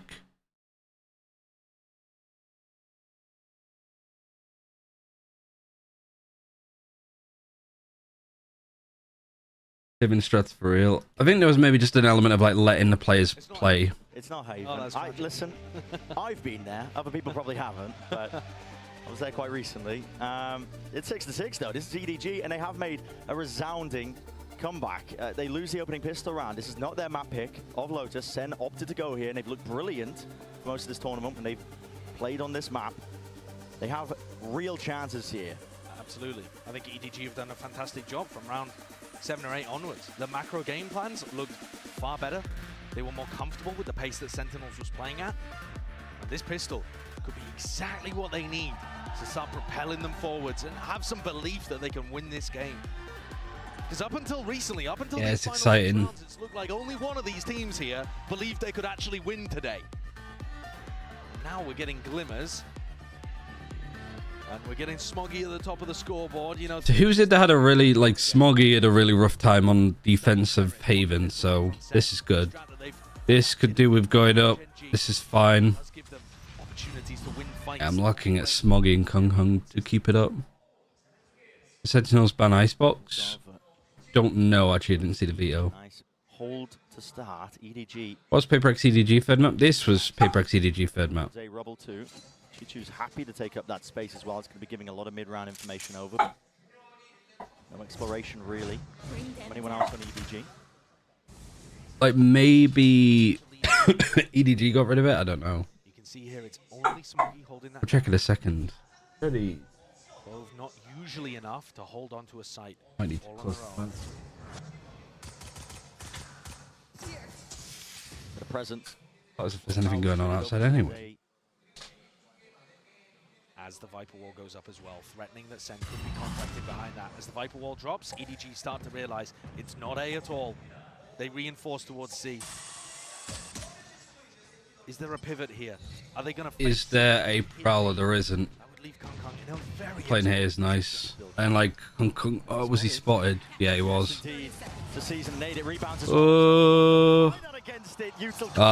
Nice, like the right idea, but the wrong time. Like the ping in this one as well, because they're like, check this. Lovely stun from Simon. Lovely play from EDG. There's 10 seconds left. Oh, it's 2v1. He can plant. Oh, he's done it. Oh, close. was not there in time. What a stun from Simon, though. Second half of Lotus. Oh, the EDG fans are here. That it's winnable. That fault line from Simon, superb, coming cross map to be able to pick it up. Sure, it doesn't actually allow a kill to follow up off the back of it. Yeah, really unlucky from Kung Kung here. Just, oh yeah, all of this attention. Like, they were so worried about this. EDG looked to play for a plant there. Where was John towards the end of that? If he'd been tight with Celsius, that's clearly a round victory in the pistol. Oh, fuck. Oh, Smoggy. I'm expecting that it could be players up in the smoke. The purpose of it, handed over again. Simon's good, though. Simon's been asked to do so much in this match. Yeah, he's actually stepped up massively. What a warrior for EDG. He dishes it right back as well. A little bit of safety here for EDG, but while all that was going on, they did lose access to most of the map. The rotations that were made, Chichu, you can tell just from his positioning, he's scared of like an A-lurk potential of that. EDG do not have that Viper to play around, which means no frequent wall or smokes in B. So I think this is going to be a theme of Sen's attack side, looking to see if they can contact up and get picks in this area. They're going to realize no one's home. They don't have smokes to work with themselves, apart from that Viper orb. Plan here, Junkie T. Stun. Sticks it down. There's no follow-up, though, which is a shame. Contest as well. He's definitely putting the squeeze on these SEN players. Yeah, he's trying to... You gotta hold this, Chichu. Yeah, you see one? Find a way through this round here. He's not gonna expect one here, though, surely. Yeah, exactly. It's quite there. Rapid onto the approach, but right behind him is Kang Kang. Trying to take him out. Pesky problem up through heaven. Tap already, and the movement is nice. Oh my god. From John, but Simon sticking to defuse. Full confidence in the rest of his team as well to cover that one still. First time at EDG have had the lead since the first pistol. But that's the best they're able to accomplish in that round. It does seem like a bit of a weakness, a bit of a gap. It's a volley sheriffs. Have to do a lot of pivoting on the defense side to reinforce these holes. RNG. Yeah, well, Kung Kung literally flew right into it. Those rotates to come through quickly enough. Gaio, All of yeah. those rotates are going to come by the fact that EDG's see what Sentinels, like, how they respond. deep rubble info to be able to... Because they took a timeout, didn't they? So they have one left, EDG of 2. So I would be expecting SEN to try to re-clear a bit more heavily in the kind of early to mid-round. Yeah. And yet we haven't seen that from them yet. That was the kitchen sink thrown out by EDG. JunQT is going to be reading all that util. Second took a little bit of damage there, but it's not permanent. There's fear from SEN here. They're worried about a trap play potentially. Celsius one away now from the lockdown. It's one of the things that this EDG comp is good at when you're running the double initiator. Yeah, they can set up huge traps. But look again, the rubble control is all the way of EDG, and so they can afford to have 2 players C currently. Deep haunts. Broken. Kang's position not revealed out through the back there with the door opened wide. Smoke in his face. Bit of anti-synergy perhaps. Maybe a bonus could boost up their confidence. It'd go a long way, yeah. Sentinel's options are running dry. Yeah, Sentinels look a little bit out of sorts. They're going to make it look like they're re-clearing onto rubble. I'm trying to push it. He gets 2 with the stinger from distance. Close quarters. It's where he thrives. Stinger in hand. Gun upgrades too if they can push it. And they can flank. Don't know why Simon went for that. But they're just giving Sentinels a win con and into the round. Very similar to the prior round here. A 3v4, Sen at a disadvantage. Can they try to make something happen in post-plant? Like, you're in a 5v3, you don't need to make that play. If anything, it's better for them to plant because they don't have Killjoy util, so you can pick up the guns, you can go this way. Everybody's just willing to take their own fight. Oh! Ooh. What an adjustment. Was he even fucking looking? This misses John as easily as that. Sassy, his turn to step up. Lovely timing of this. Ends. Smoke in his face, 60 HP. That smoke is really nice though. Full stick as well from Kang with a smoke as well. The play around comes down to Nice from Smoggy. Nice bonus. Not landing for him. EDG. Close. Bonus round conversion for the second half of Lotus. They've taken control here. Sentinels have only won 1 round out of the last 9. This is dominant from EDG. They got activated halfway through that first half, and then now they can't be stopped. Just peeked him as he was going to reload. That's the Timer from EDG. Cannot afford to happen to them. No. And I think they've got a major problem here, which is breaking through that rubble control. EDG are allocating 2 players to holding it, one on top of rubble, the other on route, and Sen can't break through. Anytime they put the Viper Wall up in a Prowler, the Prowler's broken too early, there's spam through or some level of... Yeah, the structure on defense here is really good. It's so much different to Haven. Yeah, Sentinel's timeout, the second one as well. Was it round 16? Yeah, they've been trying to apply pressure towards it. Maybe re-explore over towards A, but the trouble is when you play... What's the third map? Sunset, isn't it? Yeah. Take C, mound control, pressure over towards it, pull rotations potentially. But they're taking too long. You said EDG. Yeah, I meant Sen. And also their pivots through between B The and... Muggle's like, if I say nothing, we do well. Simon's utility. Yeah, it's been pretty Simon perfect. can fault line, and he's been immaculate with those. He can fault line to allow the defense to rotate between B and C quicker than Sen can. Sentinels only bringing Sheriff. A good performance. Like, this is nice though. Like, because Kung's not necessarily doing well, but he's not. Like, because they're winning, he's like, all right, I don't need to do much here. Like, I don't need to make plays. I don't need to claw us back. Maybe that's why EDG do well, because when they're typically in the lead, they actually play much better. But when they're losing, that's when they do more risky stuff. C's expended, Tens has the TP to evacuate. This is fine. And this is a very different look, right? EDG have been maintaining their macro advantage by being able to hold on to You have the fade rotating. Kung's staying. Which, like, Kung's staying isn't too bad because he can rotate so quickly. Prowler knows that there's one lurking, and so Kung might push this. Stray bullet's going to be laid down. But I like how slowly he's doing it. There's a pivot from Sen. It's a scary position for Simon to be in. Yeah, getting one is... it's again, like, if you're up against an eco, like, playing in these positions, you're giving him a gun. Yeah, there's the flank. And like good pace. I mean, maybe not necessarily there. Damage done. Decay is still there. Sassy, weak as anything. Doesn't know that the players are nice shots. I don't hate that from Sentinels. That was not a bad attempt of an eco. But I now need Simon to calm down a little bit. There's no need to be on that off angle when you're up against an eco. Oh, the Nightfall was so perfect as well for Kung Kung. Didn't even see that. Made the round winnable enough for John to try to invest that pit. But their big ultimates to get into sites yet to be expended.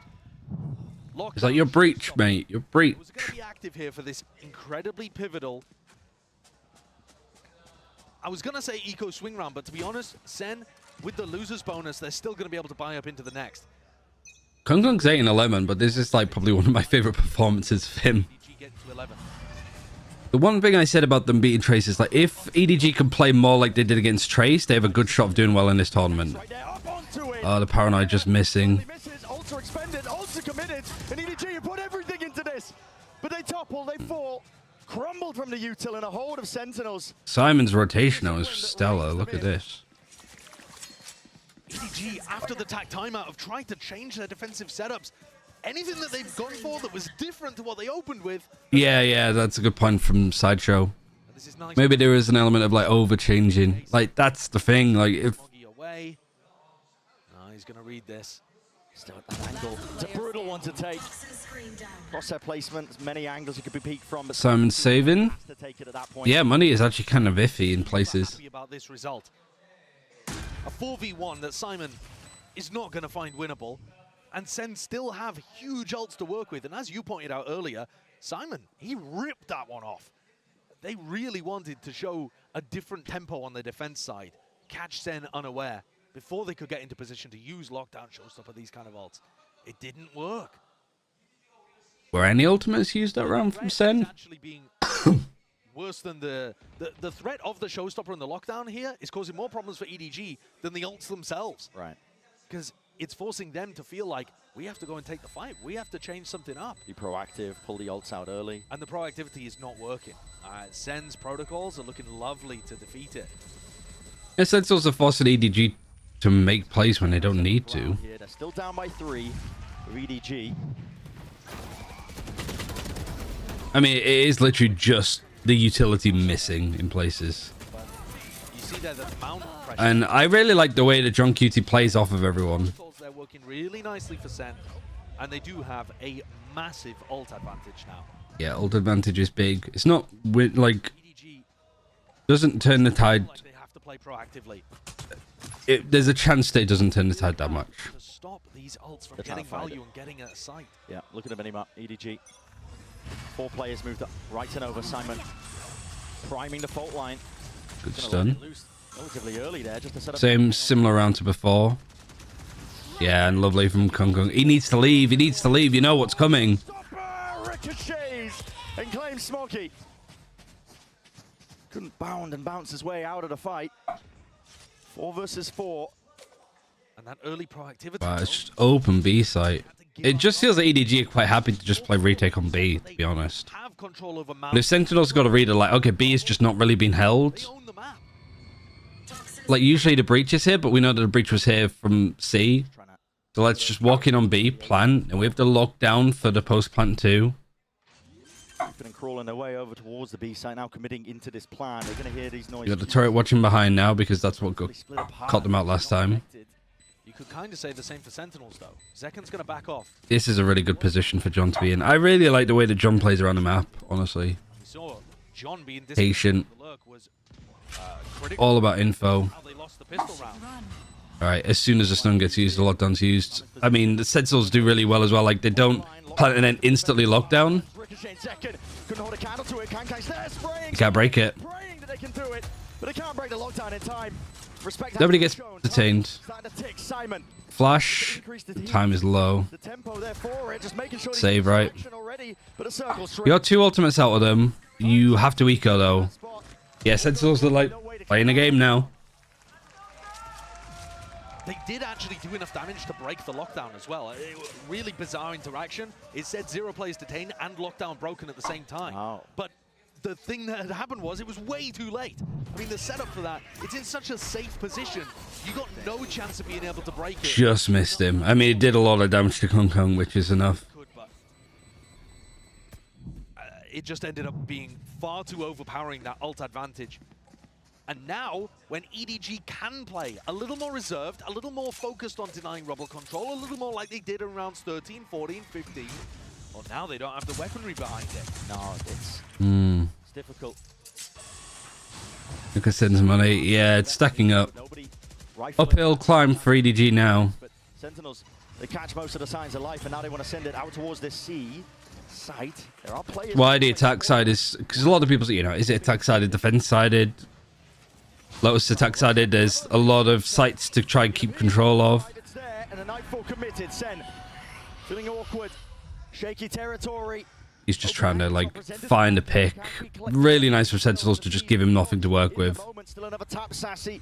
It's waiting for round 2. Smoke to try and play themselves. He's got 10 seconds on it. Yeah, missed the opportunity. They've lost control of most of this one. 50 seconds left. Stun in for the back. Nobody. A bit whiffy from nobody, but he's on a stinger. Second high ground angle. That slight pause that Sentinels are willing to place into the round. It's enough for EDG to just overextend themselves. EDD. Hand getting slapped right back. Phenomenal patience from Sentinels. I don't think they had a way out of that to actually get the plan. He was on a Phantom. Why was he hitting with shooting with his Sheriff then? The spots that they were in. Just a wallbang potential, I guess. You said that slight overextension from the retakers. Double take. And at that point, it's an eco advantage. Sen have brought this one back really nicely. The gap has closed to 1. Time did they take one? EDG? No. Now this next round, round 20, is going to be where EDG can try to fight back. Yes, nobody's hurt the economy for himself a little bit, but the rest of the players are going to have rifles in hand. There's no big ultimates available for Sentinels to disrupt things and give them easy openings to the site. Juju can drop the rifle too. Right. So heading into round 20, this is where Sen are back to the same question that EDG needs a timeout. How do you break through without having to rely on ults? I think at this point they just... I understand, like, don't give them a time to, like, panic or worry, I guess. But, they're going to take a timeout now. The first one. But at the same time, when you take that timeout, it implies to me like you're going to try to mix something up. And just as we saw on that timeout in the first half of Lotus, where Kaplan hit the panic button and it actually favored Muggle, this could be another situation actually where you're giving time for Sen to come up with their own adjustment. Yeah. And try to get ahead of what EDG might be doing. Exactly right. 0 timeouts left for Sentinels here, so it could be that lifeline that's just given up to them. This is the way that the ults play on Lotus now. The pressure back onto Sen to prove that they can make things happen. If you go into OT with a timeout not used, you get 2 for OT now. If you have 1 timeout left when you go to OT, you still just only have 1. That was working really nicely for them. Nobody and Chishu locking down that area, posting 1 on route. Never seen a team take 2 timeouts Sure that Sentinels can't just contact in OT. What was I going to say? Like, EDG haven't really played too badly. It is just kind of like the casters have been saying, the ultimates, them being rotated out. Like, yeah, it's just the... Now, there is a haunt lineup you can throw from B, but you're not going to get anything else. Yeah, nobody's gearing up for it. Okay, so they're going to throw the haunt lineup there over towards A, make you feel like it's super heavy pressure, and we're back to... A lot of half armors. Similar stuff at the... We haven't seen much Outlaw this tournament, I've just realised. Rerun of round 15. Back to where we landed. Smoke to cover. But over the top here, nobody's off angle. Simon takes the peek here, bullet to the brain, but luckily the wall saves his life. Don't know why Simon's ended up taking a lot of those first fights. Zelsis was anticipating the second player. He thought he was getting pushed in the moment. As soon as I think this is EDG being overly paranoid at the fact that they don't have a Sentinel, so it's like, we need to be careful like who we show and where, because that gives away the default. Like, we don't have anything to just sit back with the B stuff. Denying this space. They've abandoned it. Prowler here. You got Kung Kung watching for any late lurk. Passive stuff from Zelsis. Because Sentinels sort of know that like they have a good amount of like control and stuff that's going on. Towards A, but a door's in his face. I hear the Prowler and the Fade Haunt and stuff towards here too. And there's been a lot more of this, so yeah, Celsius being super patient. Does have that open access. Door's going to be broken down. Kang, he's already ripped this one away. Don't like the re-peek. In kind. Not when you have a good position from Chichu here. Chichu's there, aware of the fact that there could be that Nice fight. and drops tens out of action. Simon needs to be careful here because he got seized. Don't need to peek that, mate. Forwards, that is crazy stuff by Chichu, but honestly, the pressure, it's all on Sassy. Really Yeah, he's whiffing a bit. Nice. The rest of his team accounted for, but time against it. The Kaplan. Seconds left, and at this point, it's against them. They realize it. EDG backing away. Nobody just has to survive. Still. It's a round win. EDG up to 11. Even around EDG win, there's so much economic damage. Through his fingers. The grains of sand fall away from him, and he's just got no hope. Lovely the idea from Kung Kung. No, I just don't like the re-peek. Not when you've got Chichu in a position like this. You've done enough from Secret. Like, let a player do something here, let a player do something from here. Like, some people I know would call like kind of like tiki-taka Valorant. Like, you do something and then somebody else does something, and then you sort of like, instead of peeking and doing stuff together, one of you takes threat and then the other one kind of like side swipes. Pretty good on the map in the past. Both teams have. It will be another banger. It's a force. I mean, they won the round. They're going to have to force. Hoping they can pull players back and over as well. Smoggy's got his ult, so him having a rifle is good. Reclears over towards A. Not being great from SEN. If you can get onto 12 here, it'd be massive. You're not going to get them on an eco anytime soon. But like getting onto 12 while Second's still trying to get his showstopper online. Usually Sassy's going to be trying to lead this one in with a Prowler in hand. Nobody's been not really buying anyway. He's been doing a typical IGL play of like everybody else can buy and I'll just have something small. The snake bite flying up and over. Chichu, no choice now but to back away. Simon. He's here to save the day for him. Simon is so aggressive for a breach. Seems like the read is... But I actually do really like how like he's playing. Like he's constantly changing his position. Sentinels have really no idea on what these like setups are. Nice, Smoggy. Good trade, but he's gonna just res. Lovely from nobody. Great stun from Kung Kung. 20 seconds again for Sentinels to get something together. Nope.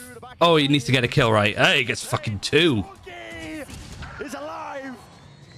I was like, why is he fighting that?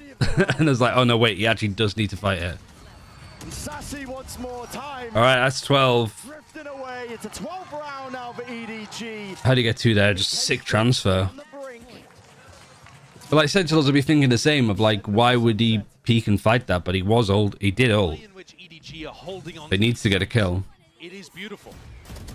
There needs to be a bit Little bit whiffy there. Yeah, nobody's position is massive. Just poor timing as well from Sentinels. Not much can be done. Stop all of those players that would love to trade from following up through the choke point. 3 chances to close things out before overtime. A massive rubble fight. Yeah, and this could just be an explosive finish to the map here for Sentinels, opting into it. The Haunt is dropped and broken. One of the first times that SEN have actually fought over this at the start of the round. They push EDG back. They're not willing to go much further. Zekken didn't manage to get up and pick up that ult orb. Now they're looking for the one over towards C. Smoggy's aim has been remarkably good after a bit of a drought on Haven. But all right, Showstopper acquired. There's Yeah, they got the ult for Zekken. the powered send. That's kind of about it. Nobody not too far away from a Nightfall. Kang. Don't re-peek. Don't re-peek. Back, well aligned. Never mind, re-peek. Alright, yeah, Chichu, you don't want to be fighting that. Great shot. Like, nice stuff from Chichu. It's getting completely out. Showstopper's wasted. It's an ult expended to no avail. Okay, nice. The options are withering away.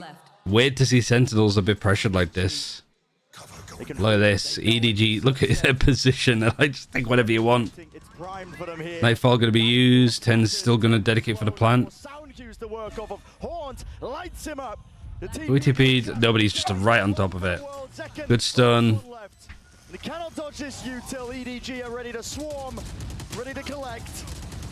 It'll take a miracle to stop it at this point. They are Nice. Good stuff, EDG. EDG. We're getting to a third map at least. Denied a chance for greatness. It was a bit of a nervous, timorous opening for EDG on Haven, but they dismissed that and found the fire in their bellies. All right. Good stuff. Forwards to Sunset. Straight off. Just prepping for Sunset already. These two maps have been anything to really judge these teams off of as well. Both teams losing their map picks. Interesting. For a minimum top 3 spot. It's all on the line here, Champs 2024. I mean, oh, why am I putting that in there? This one.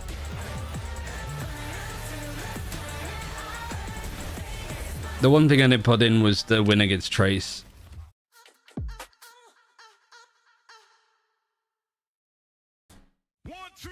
When was the last time the Sentinels played Sunset?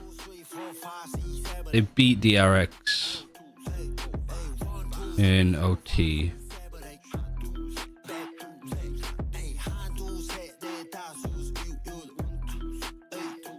6-6 halves.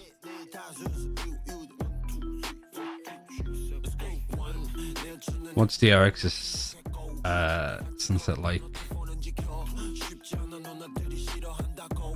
I haven't really played it that much, actually. I think EDG, the fact that they beat Paper X on this map, though, goes a long way.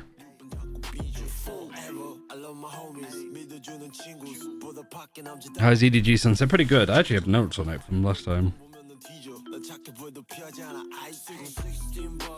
Yeah, it's some really good, like, thrifties. Kung Kung's defense up is really good. I think that's mostly watching Trace.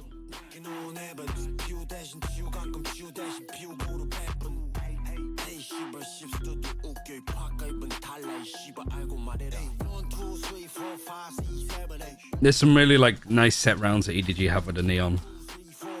Are they both on Neon for this map too? Let's go back to this. SEN. Yes. So the Neon versus Neon again.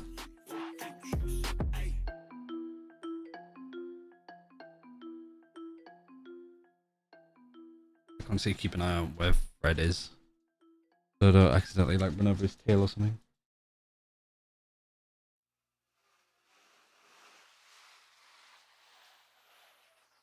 What are you doing? Talking about? Oh, I should be at this as well. Oops. And run ads. Not very good at this whole streaming malarkey. No point doing it now. Watching DRX lose to SEN on Sunset was just depressing. I watched it, but I mean, it was so early for me, I couldn't remember anything about it. EDG brings it right back, and we're going to map 3, folks. Exactly what we felt like could very well happen, given the level of play that we've been seeing from both of these teams. But my goodness, was EDG absolutely lights out on Lotus. Excellent stuff. You look at that first half and it looked like Sentinels had it in the bag. An excellent defense, put them at advantage. But then EDG in the second looked out of this world. The side anchors in particular, Smoggy holding things down on C, round after round, showing some real resiliency to stay in this upper bracket. And we were talking about it, right? That not having maybe that extra bit of utility, having to play more for the kills and actually for looking those duels instead of just stopping them. Actually, them gaining a lot of momentum and capitalizing on the mistakes that SEN were committing. And also when we go into that second half, Sentinels running out of time in so many of this situation. Yeah, I mean, you know, there are a lot of these big... When I had one player in there with one arm, DRX could have won the map. Wow. That next half by going tied 6-6. Okay, you're looking pretty solid. EDG is one map away from their first ever global top 4. First ever top 4 for China as well. Top 6 is the highest EDG or China managed to hit. Like pretty much any extremity on the map, Mimi, they were being met with the full force of EDG. Yeah, SEN kept trying to go for these early defaults towards C9. Yeah, I mean, I don't know actually. But this A control was such a tough nut to crack. Depends who wins at Heretics and Leviathan. Because I think EDG could beat Leviathan. Heretics, I think, is a little bit different. EDG did such a great job of conserving the right pieces of utility and also having the right reads to set up and shut down in those critical site execs where 1 kill, 1 death will make the difference between staying in this upper bracket or going down below and having to run the gauntlet. Yeah, we're talking about top 3s. Actually, we're talking about a top 3 potentially for EDG. If they're able to carry on that momentum, Simon was having such a game. If EDG beats Sentinels, Boostier's going to get memed so hard. Easily and throwing things off. It's very surprising to see that. He goes straight to upper final, lowest final. Oh, yeah. No, you're right. They can do this. And now thinking about the next one, thinking about Sunset, I'm still looking forward to it. The second. Because, yeah, if they beat Leviathan Heretics, they'd be in the grand final. You know, when I looked at the series layout and we got it in, I honestly felt as if this was anyone's game because it felt like everyone got what they wanted. Look, EDG are no slouches on Lotus, same thing for Sentinels. There were no slouches on Haven, same thing for Sentinels. I mean, like Mimi, this game has been everything. And what's fascinating about Kong in this particular situation, he was more of a setup and get the job done kind of guy. Yeah. At the bottom of the leaderboard for his team coming. Golden was made a good point. He had a lot of impact rounds, but I think him not having an outstanding map as an individual is the reason why this win is all the more impressive. If you think back to EDG's previous top finishes, when they had their breakout... This comp was still mid. That was the I mean, what's mid about it, really? Kong having one of the best The lack of Viper, the lack of Sentinel. I mean, it works. It's working in some of the best teams in the world on this map. It was the best we've had. This has not been about him. This run at Champions has been about the team, has been about them stepping up their macro, has been about them showing stellar mid-rounding despite coming into this tournament with a brand new IGL and How did that work? player on the initiator role. And they have Because so much of the normal comp relies on you mid-rounding and finding space, lurks. You can't really execute onto a site when all of those pieces are set up. They have the talent, the skill, and the strategy to beat the best in the world. Yeah. Maybe just do the same on Sunset. Why is Club being picked so much on Lotus? What are her strengths? If you fight and like the fact that you can just sort of put smokes post-mortem to help post plants, you die towards A, you can put the like smokes over towards A and still be pushing C. Yes, Kong being set up is very, very good, but what happens if... But it's also just putting Smoggy on an agent where he's allowed to be aggressive and almost be a secondary duelist. Having that individual performance and just swapping up the plans so it's not that Kong dependent. And it would be an amazing moment for EDG. Because so much of the map can break down to just fighting for A main, right? Everyone was talking about how back they were, how good they looked in their early stages, debuting in these playoffs. Because if you had another supporty player like that, you'd probably throw in an Astra instead. Smoggy is my real MVP for this team. For this series, it's been Simon, for sure. Chi-Chi also gets underrated quite a lot. Nobody's been playing really well in playoffs. So much more difficult. He's tightened up his gameplay so much. Either way you shake it. You got an EDG that once would come into these global events as wide-eyed, plucky, ambitious youths that wanted to, you know, push the boundaries, see how far they could go. Now this is a squad that can comfortably contend for championships. I personally feel that With way. nobody, you just never know. He's been They've done that. over the last four maps. Sorry, he's been fine. Lifting a trophy one more time. He's not done. I've not seen him actually do anything that's like, what the fuck are you doing when he's like pushing out and peeking. Yeah. Both teams have. This is like, well, I said it at the beginning. Night and day difference. Right in the middle of the ring, you throw a couple left hooks, a couple right hooks. It's a boxing match. That's what you want to see here at Kukuka. You do not want to see. Of course, you make that reference. You got it. Sometimes, you know, maybe Nobody's so humble he called himself nobody. You know what I'm saying? Maybe a little Roman Reigns, Cody Rhodes in the middle of the ring. But here we go. Now we're going to see things locked in, and we're right back to that neon duel that we saw at the beginning of the series. I'm thinking about Sentinels. I'm thinking about Zek, and I know that we talked about it. The impact that he was having with the operator made DRX sweat, and they need to make EDG sweat if they want to take this and continue on that upper bracket. Similar comps. Biggest difference here is the KO versus the Breach. SEN is going to have a lot of set stuff. Yeah, this is going to be very Like, this is the interesting one. The cross map knives, the It's like how well EDG play up against that, because you don't see that all often. good comps. Both these teams are comfortable. And also, it's very good at being like anti-off. Shot in that upper final. That's right, Mimi. This is it. Who pushes forward to the Inspire Arena? Let's go ahead and find out. Send it back over to your casters. Oh yeah, this decides who's going to be playing for next week. The case. It's the Inspire Arena. Ship the move as well as they fight for that trophy, but I miss when Fade was equal to Sova. Depends on the map pool. There will be backup plans, I guess. You want to run it through. I don't think the Fade is that much worse than Sova. It's not a position you want to put yourself in. Like, you can grind Fade to Radiant, you know? Not only are you playing for It's not like you have a Breeze in a map pool where the map is so big that playing Fade is just impossible. Play Fade on this map, you can play Fade on Haven, you can play Fade on Lotus, obviously. here on Sunset, Fade on Abyss, I think, is really underrated. I don't think she needs buffing. She got nerfed for no reason. She got nerfed because she was super strong. Like, her Prowlers were one of the best abilities in the game, and you have two of them still. Yeah, false presence at that. Still, it's going to be util being used to try and bail them out. It's Kang sends it flying with the rally. EDG do like to do this, though. Like, if they're being pushed on attack, they're not afraid at all to, like, go and beat them. not expecting to see Celsius here. Up through the gut, EDG paving the way over towards the A side. John QT is going to be a lot asked of him. Don't know why Smoggy decided to go for that. Back through the cage, almost claiming a second. They eventually put him. Who was that? Kung Kung? The Smoggy's peak was kind of wank. And then Kung Kung was fighting the other side. I swapped that around.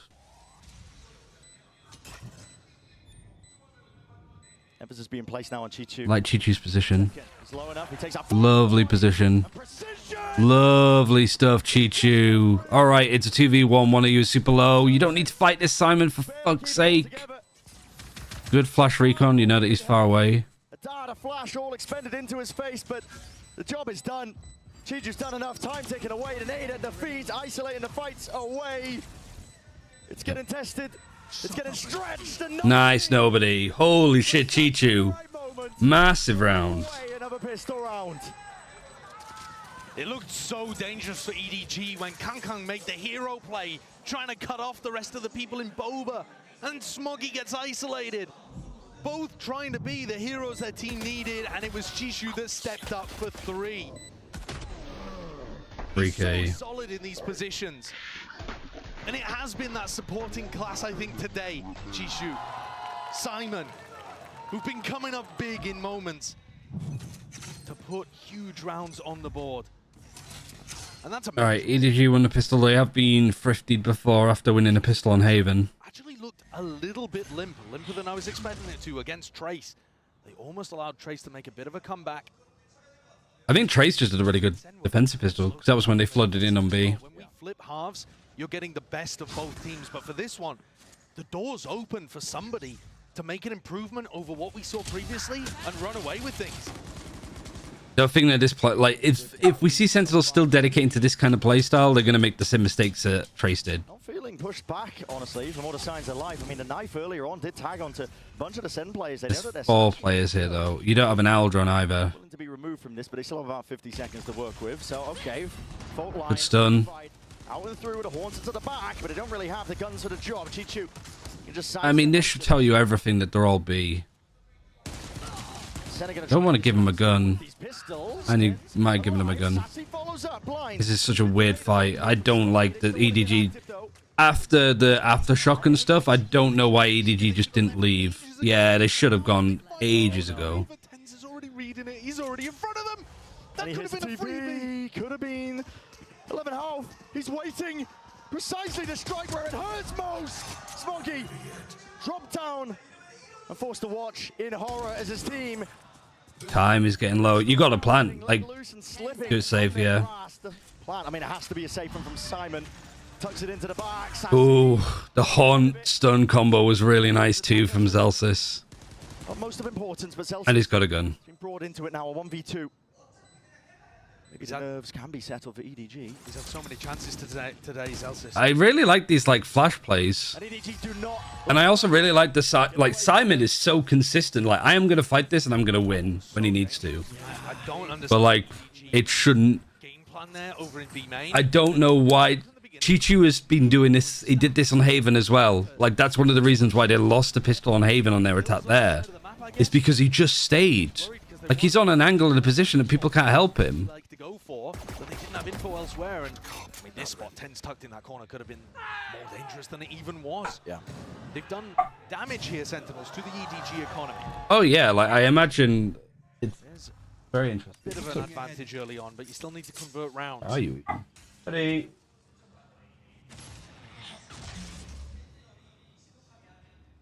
EDG going to be looking, see if they can convert round 3. Of course, the weaponry not going to be ideal because of how many players they did end up losing. Shock darts don't actually break any of this util. One of the problems that I was having with the way that SEN were playing on this map, they were playing very passive holds on the B site. John, that's nasty. Barely peeking out from the pillar, nobody will punish. Born in through the back though. Great, great from Zekken. Put some more damage. I guess the haunts are really good because you can just yeet them down quickly. Chi-Chu attempting to pluck some of these players out of the. And it gives you instant information as well. Chi-Chu, come on. Not enough to escape though. Ghost. The supplement of the fire by Smoggy. Does he go and help early or does he go get the gun? He does neither. Sassy sticking. Anything else to push this one back needs to be defended. Second, he can't really let this one loose. Still is half already onto the ball. Oh, Simon. To the fight from main. Damage is done. Value gain potentially a round win at that. Oh, he's isolated that really well, but nobody gets a trade. Okay, they win the bonus too. Bulldog primed onto it. Yeah, with the light weaponry. Bulldogs, Guardians, EDG win a bonus. This is a massive beginning to the map. EDG knocking the economy immediately of SEN. The opener, huge. John wasn't really contesting like that in the previous match when we saw them play from Sunset. But 10's also getting caught in mid is so rough. For a player that's been spectacular, he just only expected the single mid lurk, which is pretty reasonable, but getting caught in that spot allows. What is Chi-Chu doing now? He's switching off. Dream opening for EDG. Couldn't ask for better. It's all about keeping it moving. It is hard to play Cypher on attack on this map. Because your whole game plan is to just make plays. Trip broken. Yeah, exactly where it is.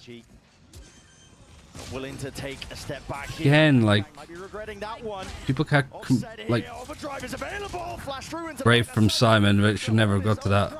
Oh, Nobody's still trying to. the Prowler missing. Paranoia is nice. Simon will have to retreat now.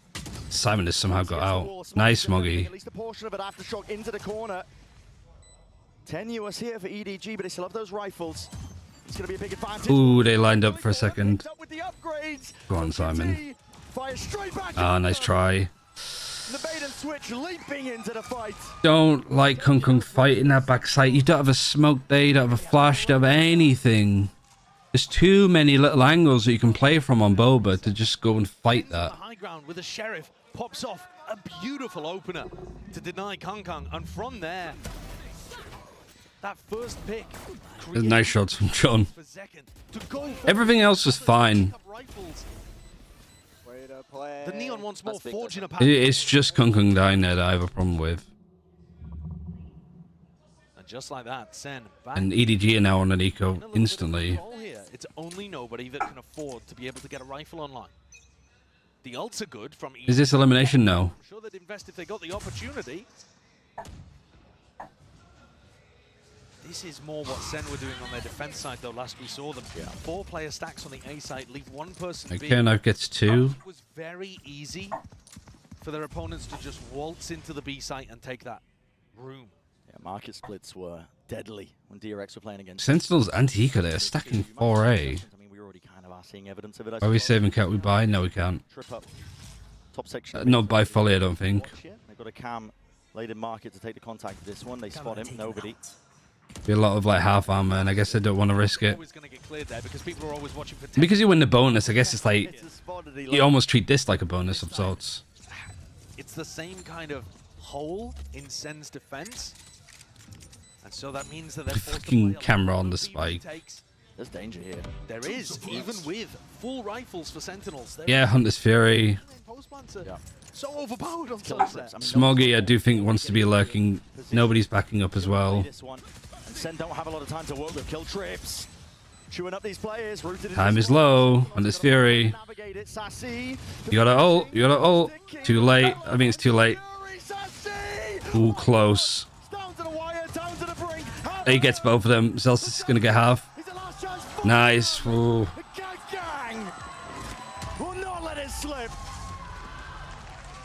Back to back thrifties. Instantly with another thrifty of their own. Barely any weaponry brought into that round. And that's exposed a gaping hole in what Sentinels are doing on this map on their defense side. I said both. They left us so late though with the ult. On Sunset before. That's once the halves flip. And we see EDG defending Sen. That's unlucky though from tens too. It's not good enough from Sen if they want to be able to get that 5-day break and head up into the upper. Could have executed that better, but we'll take that. It is a big game. It's easy to like point out small things. You could sort of tell for both teams they're just in that tough position. not necessarily being as disciplined as they could be, but that's just because it is a big game. Trying not to get too excited now. On the finish line in this series. You've also got a huge amount of like cheering for EDG here too. It's gonna feel like they're back in Shanghai playing at the venue. On their attack side that will pressure the very top of mid. Look to try to lurk Kang in or see if they can pull off Shishu, finding some space, contesting where Zelsis is currently stood. So you can understand why Sentinels still have 3 players in kind of passive positions towards top mid here. Is anyone going to be able to control the backside of B? Not playing the Cypher offside. John QT. They get caught. No command emanating out. That means the trips go online too. We're hoping to play some kill trip setups as well. And they drop off. Tens was thinking about trying to get his backside there. And All right, good. I mean, it's so funny to see EDG doing the fucking bun set playstyle. This time, Nobody's on that angle. nobody. The first point of contact moves the one to trade online out of Nightfall. Scatters his way Nightfall's good. Did it hit Smoggy? Smoggy's going for the lurk again. Zekin with the defuse, but he's pushed back from some form of the util. Overdrive popped off. Oh, he can't hear shit. He doesn't need to hear shit. Oh, he reads that well though, Tens. And he's got to be keen, surgical, whipping his way through and behind. He's going to try and defend this one. So QT brought Oh, he's... QT's angle is too good. Tens does really well there. Holy shit. And all expectations once more. Sen. Just too slow. They keep playing this post plan. It works. It's hard to deal with. To run rings around them. not just too slow, but far too passive. Again, the same problem that we witnessed last time when SEN played against DRX. They're just giving the site for free. It's free plants over here on B. We set it up. This half was going to be an opportunity for... I think Sentinels might want to switch the default, like have the Cypher over towards A and have like the Breach and stuff over towards B. Run away with this first half. And the story It's just too easy. once we go into round 13, but for now, EDG are building up a phenomenal advantage. A 5-1 lead. At no point really in this match have we seen EDG in complete control, even on Lotus. There were moments of it, but SEN always found ways of striking back. This feels very different. It's dominance calls into question as well. You know, how much can you correct from one match to the other? SEN. It is attacking side though, to be fair. I think the work that they put in to shore up their map pool and their own, I suppose, form coming in. Kaplan going to turn into Alex right now. Kaplan's not that kind of guy. Beginning of this event, I mean, it was looking poor from them. They just weren't looking like they Something to pass over to the China fans as well. Sentinels is Coach Kaplan. Took Mandarin lessons. But I also think like at school. You're going to make that argument that SEN, their form didn't look great, and it's good what they've done to shore up the map pool. Sunset was actually always towards the Because I was talking to him about China and stuff. all year. So the fact that So like China like cares about the region. causing them problems, going to be disappointing. Looking to try to catch Chishu off guard there early on. He does sometimes default in that bottom spot, but EDG are fast with the help. Because I had some questions like kind of like about what issues Sentinels were like running into post Madrid. And then, like, I was working with a team in China and stuff, and then we were just talking a bit about China. Here as well. Looking to try to put pressure once again. Yeah, this is like a good idea from Sentinel. Spot on the one, shock darts flying forwards. Again, the setup is not over towards that direction. I don't like that from Sassy though. They're on an eco, so it's fine actually. Open access now towards the A site. A sharp from Smoggy. Kill trips though. Doesn't have the gun for the job. It's just damage. Choose up. It's nice from Kung actually to dash into the trip and then just dash in a very quick, different direction. Good lurk timing. Yeah, great lurk timing. At that, the trade. You might have given him a gun. No, nobody. Why is nobody lurking that? In hand, but he won't be able to get much more. Done from the edge. I mean, second. He glides, hoping to use the precision. Maybe land. Is there another foreign coach in Shadow Tier 2? I think so. I'm not gonna say who. Like, not like a super well-known person, but just somebody to like, oh, they were on this team, so it's easy to work out who it is. This round coming up, round 8, it wasn't for Buddy. particularly. So what is the change up here? How are they going to adjust their defensive setups? Personally, I'd like to see TenZ posted on From Wolves coach, yeah, Nate is on just gun skill, and you're not playing him XLG now, I think. towards A regularly, if at all. He tends to be over towards Is China already making roster moves or no? I don't think so, not right now. Probably post Ascension they would. backwards compared to how most Fred is EDG support, yeah. They're going to get Zekken posted there as well, and he's mighty fierce. And this is the typical setup. Sentinel's going for it. They have nothing to watch market or top mid. This was getting exploited towards the end of. When is China Ascension? Like September the 11th to like the 20th. Is Simon better than Howdong? Mechanically, yeah. This kind of spot does SEN deal with it. Like, yeah. Nice fight from Zekken. Good stun as well to stop like a trade coming in. Collecting that first kill. No noise made. You hear the rotation of the neon. From EDG's part of things, Kang punishes it. All the footsteps pointing towards Rolling Thunder used to force it out. To try and shore up, stem You got a minute. Stop it in its tracks. You can't follow up on that. That's just to stop EDG from running away with the round. That's purely for map control, the breach ult. It just feels frantic from Sentinels at this point. But at least TenZ is in an anchor position. Trip, broken. Paranoia is nice. Is there follow-up? Can't be. 40 seconds. Are they now going to go top mid? Only mid control for EDG. Somebody has to go. Yeah, somebody has to go with nobody. Everybody going together. Yeah, Sassy. Good recon. Did it hit them? No. Dodging, sidestepping. Most of the util gives up access to the side. Lovely off angle. Doesn't matter. Doesn't matter at all. Sassy's just getting ran over. Fuck, the confidence for EDG is through the roof. 3 versus 3 is where we stand. The pressure now on to SEN for this retake, all grouped up. Cam broken. Nobody noted. Smoke in their faces, spamming, spraying away, trying to pave the way. Lovely off angle. They need RNG on their side. Only to one, and they're just Nice, 7-1. It's not often that you see EDG have a 7-1 on their side. 7-1 devastation for Sentinels. Also, we'll be cheering on Rare Atom during Ascension because No Man is on that team.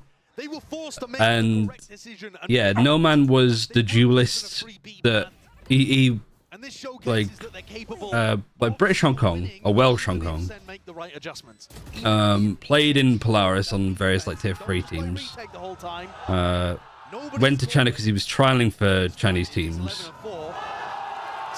And so we were like, oh, like, would you want to play for us and stuff? SEN have got another chance here. And I think he was very like, are they timing out again? Jesus.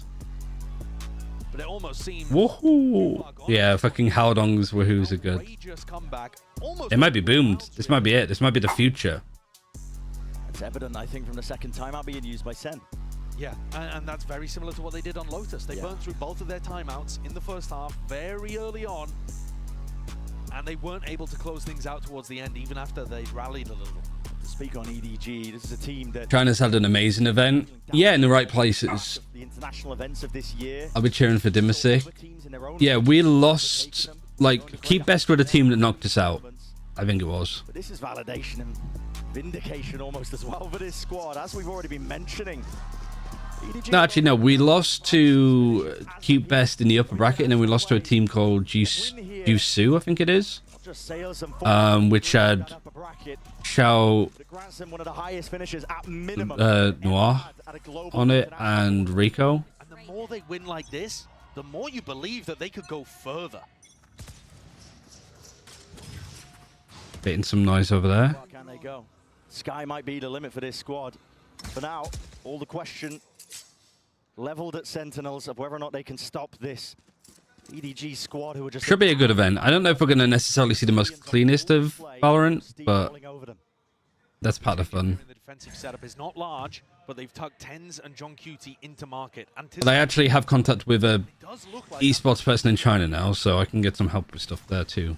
I'm spotting it. Fault line slowing them down here. Good fight for mid, actually, from SEN. Straight into the fight. Confident.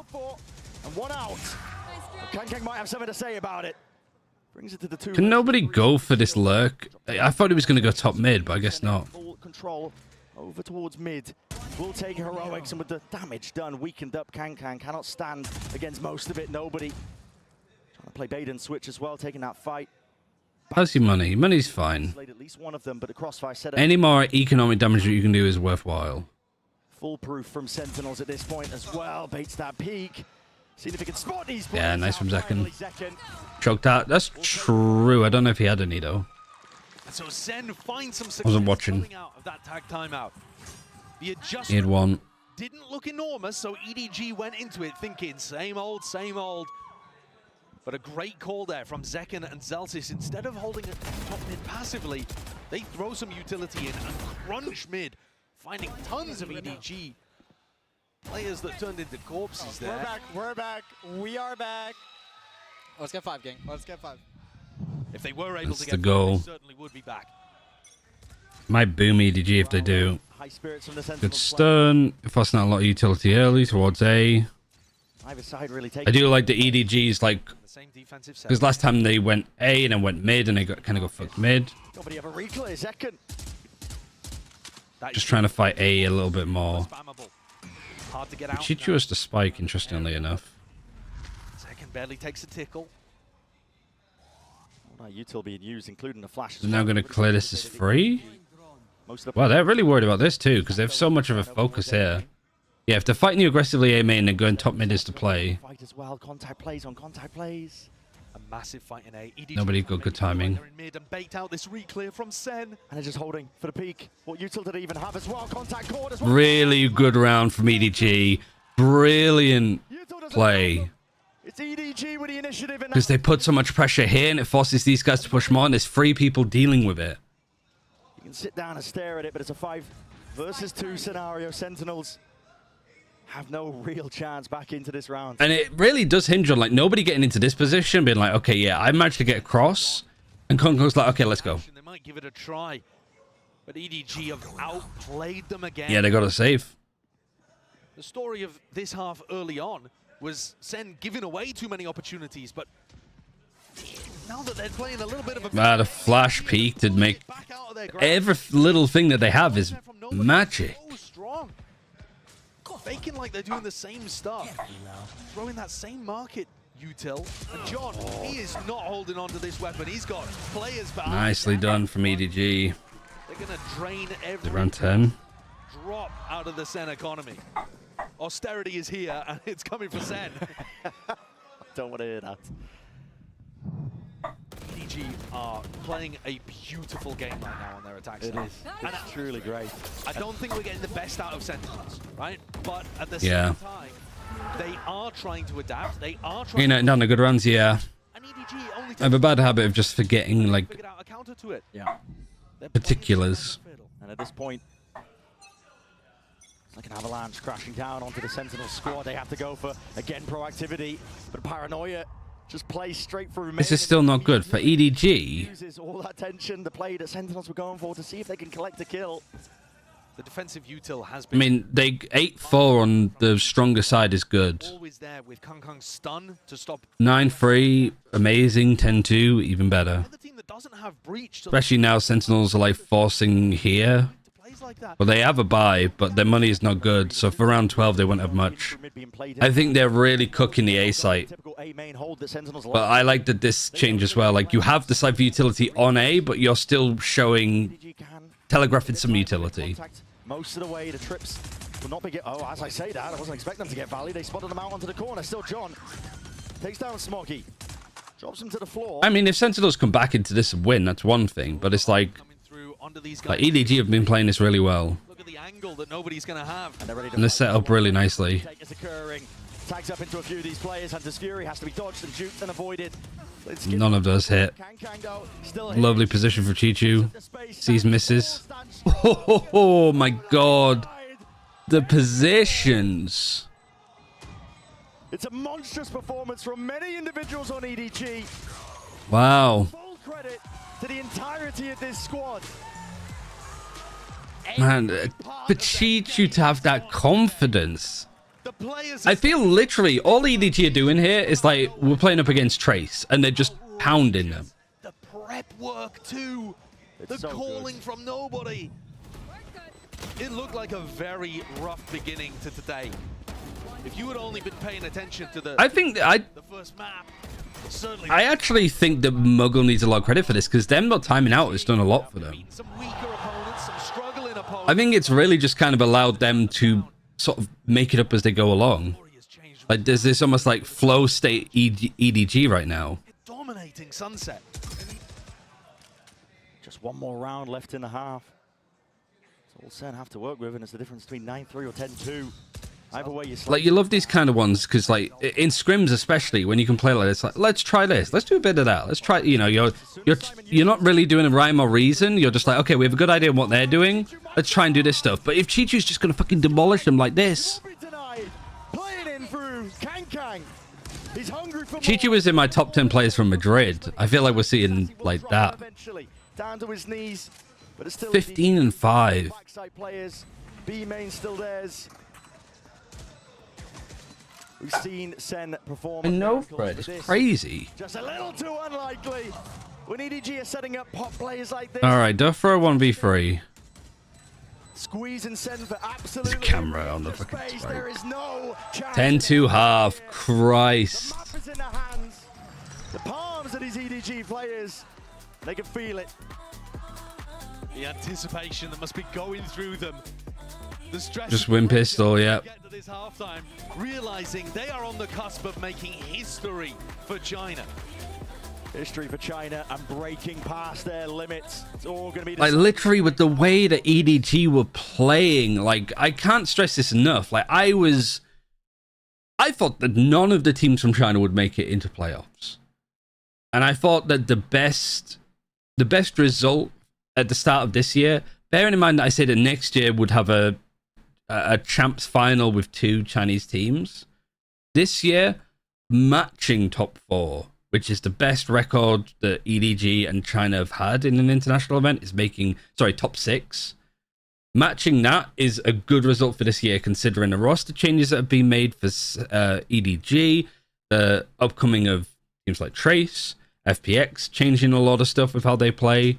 Yeah, like it definitely feels like China weren't able to do that much this year. So with everything that's happened this year for China and EDG as a team, to make top 4 is crazy.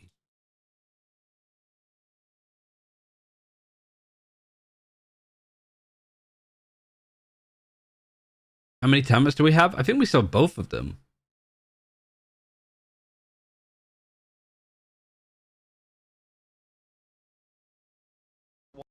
Quite special, I think, for EDG. It's a team that they turned up to win. Isn't this guaranteed top 3? Yeah, but like, you know what I mean. If they win this map, if they win this series, is fully cheering them on. They're empowering them. I can feel it. There's a certain energy in the air right now that EDG are about to cross this boundary, this line. if there's anybody that's going to jinx a Chinese team, it's not going to be me. This time, though, But you're right, we aren't done yet. it's a time to strike for China. And it didn't look like this was even going to be EDG's year. No. Their performances at Madrid and at Shanghai in front of their own It was home dismal, crowd. man. It was dismal. It was really poor. Also in the league, despite winning kickoff stage 1, stage 2, they didn't look great. The only time that they did look better was this stage with Simon. Calling on the attack side here on Sunset. Remarkably good for a newcomer who had only done some like mid-rounding and secondary calling in the past. Yeah, we don't jinx here. Sentinels have a We play till we hear the bell. We've heard the phrase, one round at a time is going to have to be the case here for Sentinels. Being pushed EDG had a really good defensive pistol. They won it against Trace, but that was also Fung Fung over-peaking on his own. Names stricken off the record with nobody leading it for his team. And they want even more. Not content with just laying claim to just a few tens. Drop down, pistol round for EDG. Not heard the bell. We haven't heard the bell. What a fragger! No bell, Fred. Nobody's there. Sova, 16 kills, up at the top of the scoreboard with Jishu, calling a beautiful game and playing 1-2. They've just driven. No, Ryan, you could taste it. I ain't tasted shit. In the coffin, surely, for Sen's chances. If there was any hope of a 10-2 comeback, it had to come off the back of the pistol round. There's going to be a force coming out here for the attacking team. You gotta wonder why EDG didn't pick this map in the first place. Surely they do that with the upper bracket game. This is odds and ends. Cinematic. A final desperate It's forwards from Sen. it's beyond me. I don't know where this EDG came from. Banking everything. It's not even like since Simon came into the team, because they were really rough with Simon to begin with. Like, it was better than it was, but it was still rough. It was just EDG in playoffs. Suddenly they were the ones that were like demolishing teams. Oh, and the trip as well. I mean, EDG are getting a little bit lucky too. And puts the squeeze on a Sentinels team. But listen, they've been battered. Sentinels versus Fnatic potentially tomorrow is a crazy like elimination game. Subpar weaponry and one left alive. Second miracle to ask for. Picks up the weapon, but not long again for the world in the round. At 12. Question here is, do you bonus or do you just full buy? Are on the precipice. We still wait. It's a bonus. These EDG players would have dared to They don't have money. They forced. Oh yeah, you buy up here then. winning this match. He just pings the spot and then, oh, you hit my trip. Thank you. Champions. I don't think any of them would have even imagined a stomp like this to finish. Up 12-2. They can take an eco here. They have no reason to buy up in this round. Wait for a better opportunity. Try to do a bit of chip damage to Sen's economy. Yeah. You could even bank up a bunch of ults and just try to finish things out in one. No stress. Glorious moment. Oh. At all. Outlaw in the hands of Kang Kang. Slowed all the way down, and Zekan's desperate. But Yeah, Zekan desperate to get him. Yeah, it's a bonus, so any damage that you can get is good. Ready and waiting to pounce on any of these. Yeah, good fight. Just the one before he's dropped info. Given up over to them. Tens now with that task. Oh no, Tens. Oh no. Second paranoid. G2 responds. Ooh, nice try. 3 kills after they plant is good for a defensive bonus. Into Sentinels. How much determination still exists within these Sen players? They look focused, they look locked in. Surely it's not manageable. 9 rounds, 9 opportunities for EDG to get a big moment from Jishu. Nobody. A Kangkang round coming out of nowhere. Yeah. Ults online. Smokey's one away already from the Hunter's Fury. Only in round 16. Ah, G2 21-7. Particular spot. An impossibility. Listen, I'm no stranger to that word, but use it often. EDG with rifles in hand, well trained now onto all these spots. The Prowler. Paranoid's really nice. Plus a lot of utility. Do like the seconds like pushing Boba though. Just wherever he gets a good timing. Oh no, Sassy's fighting now, that's good. Alright, good from Zekan. Drop to his knees, maybe handed him over that weaponry. Trip's good. Collecting the kills off through the flank, overdrive. Finds his mark. It's just a bit of a immense. Bit of a brawl. If it's flawless, that's concerning, but it's not the end of the world. Stay alive a little bit longer. And the pathing is great. Sen's attack side is fantastic on side. Yeah, that's good from Sen. There's no denying that. No pretending that Sentinels are weak here, but they did not get to play their favored side. And they stacked up only 2 rounds on defense. That's why the comeback looks impossible. Not because Sen are bad. You can see the way that they deathball together, trade out second perfectly, and have that little fake. Nice. Into the Boba pressure, into the mid push. Yeah, Eco here. Kung Kung's got a Bucky. Takes one. And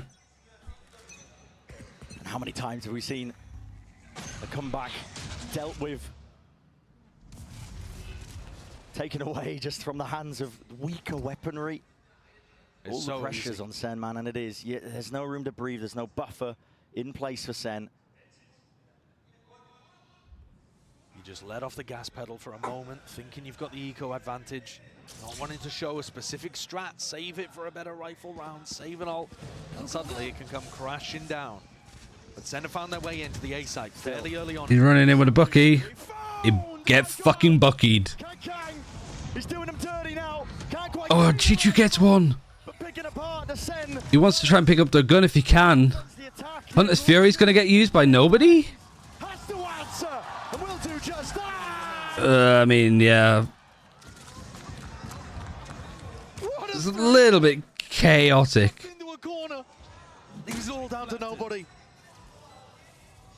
Look prime and ready in a 5v3 for EDG to close out. But it seems unlikely that it will be this round that takes EDG forwards. 10's 4K, it'd be major. He's just saved his team. Yeah. It was an eco. A little bit of a throw is fine on an eco because you need to make plays. Those moments, and in more difficult spots than that. That's when EDG don't have the money to put together a buy, but you can feel it how free-flowing EDG are. Yeah, nice from 10's. Eviscerating most of It's not they're getting ult, so we. To the side here. 1 round at a time is what Sen are going to be repeating to themselves. How much do they want to fight this? From nobody. So they're making things marginally easier. And this one is massive.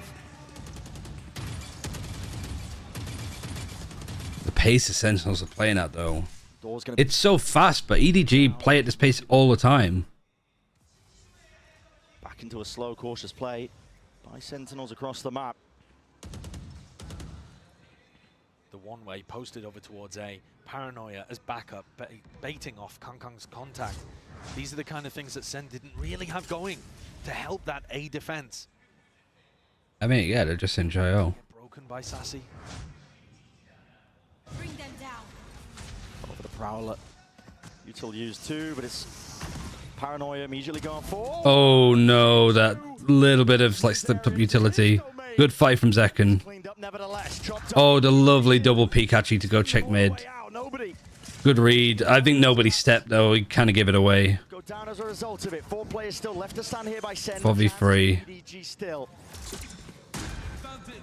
Flash is good. Crossing back in through main. EDG not able to. Right, Bunset, post plant. Look how far back they are. They're in the on wall. No, there's a stun. Stun's really good actually. Simon gets one. To be traded out and over, spraying them down with the rifles. Heroics and a bit of luck at play. EDG are hoping for it. Through the box now. Simon. Really good post plan from Sentinels. They can get it done. So climbing it back.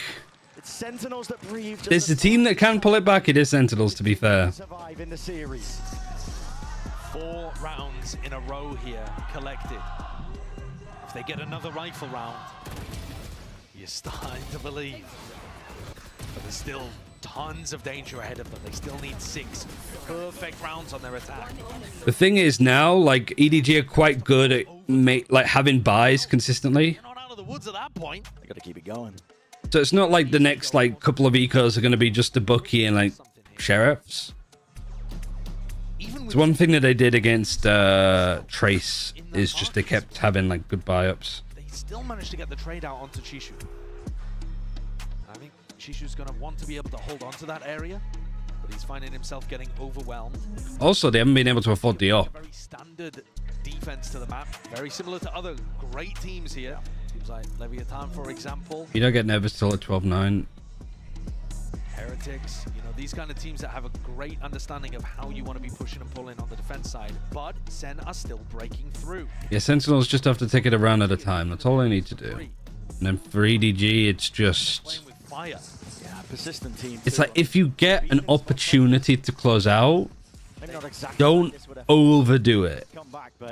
If you get the first kill, don't just yeet yourselves in to try and turn around. On their attack side, on Sunset. The thing is that I don't think EDG would do this against other teams. I think they're overthinking it. Because against Trace, they were just constantly like having like half buys, and they were remaining like so consistent. Force that towards B. And really, it shouldn't be possible on a stage like this as well, when there's never been more pressure. Paranoia recon that fight. Yep. Nice shot. Eventually we got there.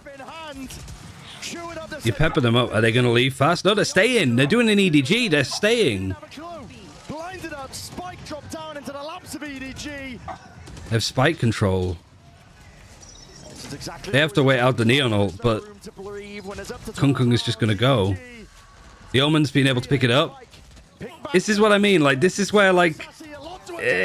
okay, he's so low. Nice! Oh my god, what a round to win it on. Of course it's a fucking thrifty. Top 3 finish for China this year is absurd. Because this year was not good for China at all. Especially EDG. It's so done. Like, Valorant is so done. China is going to be destroying everywhere. For EDG to break through, it's been that prep, the hard work, moving away from the individual. Best China result, yeah. It's not too bad for Sentinels, though. For Sentinels versus Fnatic tomorrow, crazy game. And at least we get 2 more days of watching EDG. With Friday and Saturday next weekend. But it does mean that we're not doing a watch party tomorrow. Not SEN. And not just a 5-day break. It's a minimum top 3 finish. It's the best that they've ever done at an international event. It's vindication. Tell us SEN is still in this. Yeah, but like Sentinels versus Fnatic is a hard one. And it's so damn well deserved, man. Full credit to EDG. The work has been put in. I want to hope this Bonker getting picked up and make it a God squad. I think a lot of people were ready to undersell EDG. They got past struggling Paper Rex, Foot not looking in their best form. I think people, especially when they crushed Trace, were thinking, oh, well, it's just because it was a Chinese team. Original matchup. Yeah. Showed today that they're capable of so much more. And you're right, they've smashed that glass ceiling for China. Breaking through. I don't know what to say. It's just amazing. But I think there's more to give for this team. Yeah. It's an open tournament. Your teams, the favorites, they were getting smashed out in groups. Gen G, nowhere to be seen. It's possible for teams. Oh, it's so good. I think the other side of it as well is like, if China do well this event and they sort of build an audience, there's more chance of seeing like an English language feed for China next year. And you wouldn't think it. We already mentioned, the performance from EDG at Shanghai, at Madrid. It was dire, it was dismal. You can average 10k every single series next season. Overshadowing them earlier on at this event itself in the groups. It looked like the spotlight was going to be shifting away from this. Don't think it's going to be that, but that'd be nice. They are in the limelight right now. This is their moment.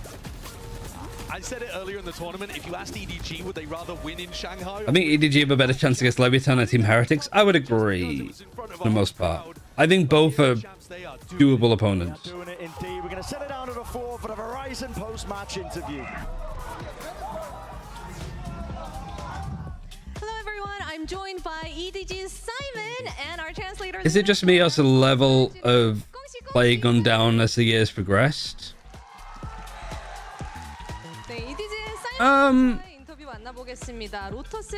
This shit looked terrible on both sides. Nah, I think you're capping, actually.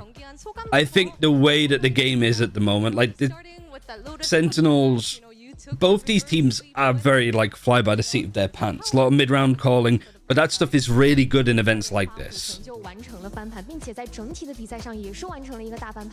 I wouldn't say that, like, yeah, Simon interviews are always super short. It's not even that the level of play is better, it's like it's just different. Yeah, like Luigi said, it's so, the start of the year it was so utility and execute heavy. Now we've seen that develop to see how the teams try to counter execute heavy stuff. But you want to try mid round a little bit more, which is what like double controller Viper stuff was always good at. 경기하는데 긴장했다고 하네요. 근데 오늘 승리로 이제 결승 직행전에 EDG가 진출하게 됐습니다. 그리고 이게 또 중국 지역 기록 경신인데 사이먼 선수는 팀에 합류하자마자 기록 경신에 이렇게 하면서 Beginning of the year was very low. I didn't say it was good, but what I'm saying at the start of the year, it was execute heavy utility. It was how do we deal with the Sky nerfs. Well, I feel like I want to ask, like, how are you handling the... Are you watching Team Heretics Leviathan? Probably not. The start of this year was just like, how do you... And like the map pulls changed, Viper got nerfed, you've seen Clove be added, which adds a lot more like individualistic play. Deadlock's been played a lot more. Focus on winning the games. Oh, that's it? Just focus. Focus. And keep winning. Focus the game content. 그냥 이렇게 뭐 집중하면서 부담감을 좀 조율하고 있다고 합니다. EDG의 사이먼 선수와의 인터뷰 만나봤습니다. Thank you, Simon and Luna. Congratulations. 공시 again. The start of the year is just a bunch of old DRX strats. Kinda, yeah. I mean, that's what you do prepping into an off-season. This, it's just, okay, you know, you've got good reads on what the opponent does. Who makes the best adjustments? That's all it comes down to. That's why Optic was so good the years that they made Reykjavik finals and then like finals for champs that year, because they were so good at just adding small adjustments all the time. Do you think EDG can go further in the top 3? I don't think there's anybody left in this tournament other than like a Fnatic or even a DRX. Like the teams that could scare EDG are in the losers bracket, is my opinion. I think Heretics have looked a little bit rough in places. And yeah, Leviathan have also looked rough in places. I think the one team that probably does really well against them is DRX, probably because they've scrimmed a good amount. To the back of the side here, but as the smokes dissipate, Smokey, EDG will not be denied. Never seen as many people line up to get collated, because there's a lot of full contact shit. And precision is just unreal. Overdrive popped off. Kang whipping his way through and behind. He's going to try and defend this one. So QT brought down, but it happened. There's a chance and a potential. G2. And skip rope over it. Kang though still here. One got beaten by Trace, one almost lost to FPX. Yeah, exactly. Simon MVP, in your opinion? Nobody. I mean, nobody has been amazing playoffs. It's a major thing for the region. So hopefully if it like pushes people to like watch China more next year, English live feed broadcast would be great, but I don't know if a TEO would ever want to do it.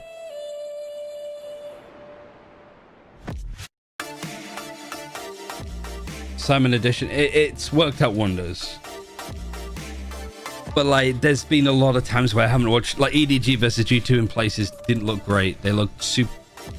The mental to be able to come back against Paper X and then Sentinels here. It's like, even if they do lose a map to the Leviathan or Heretics in this upper bracket game,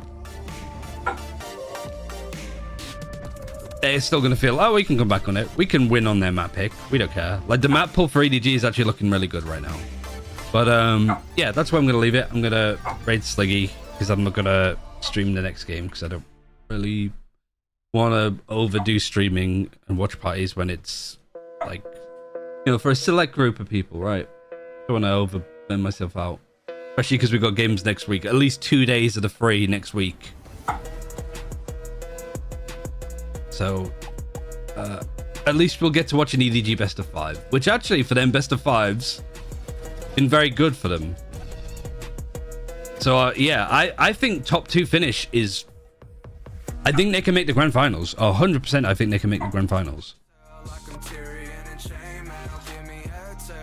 I'd say they're more likely than...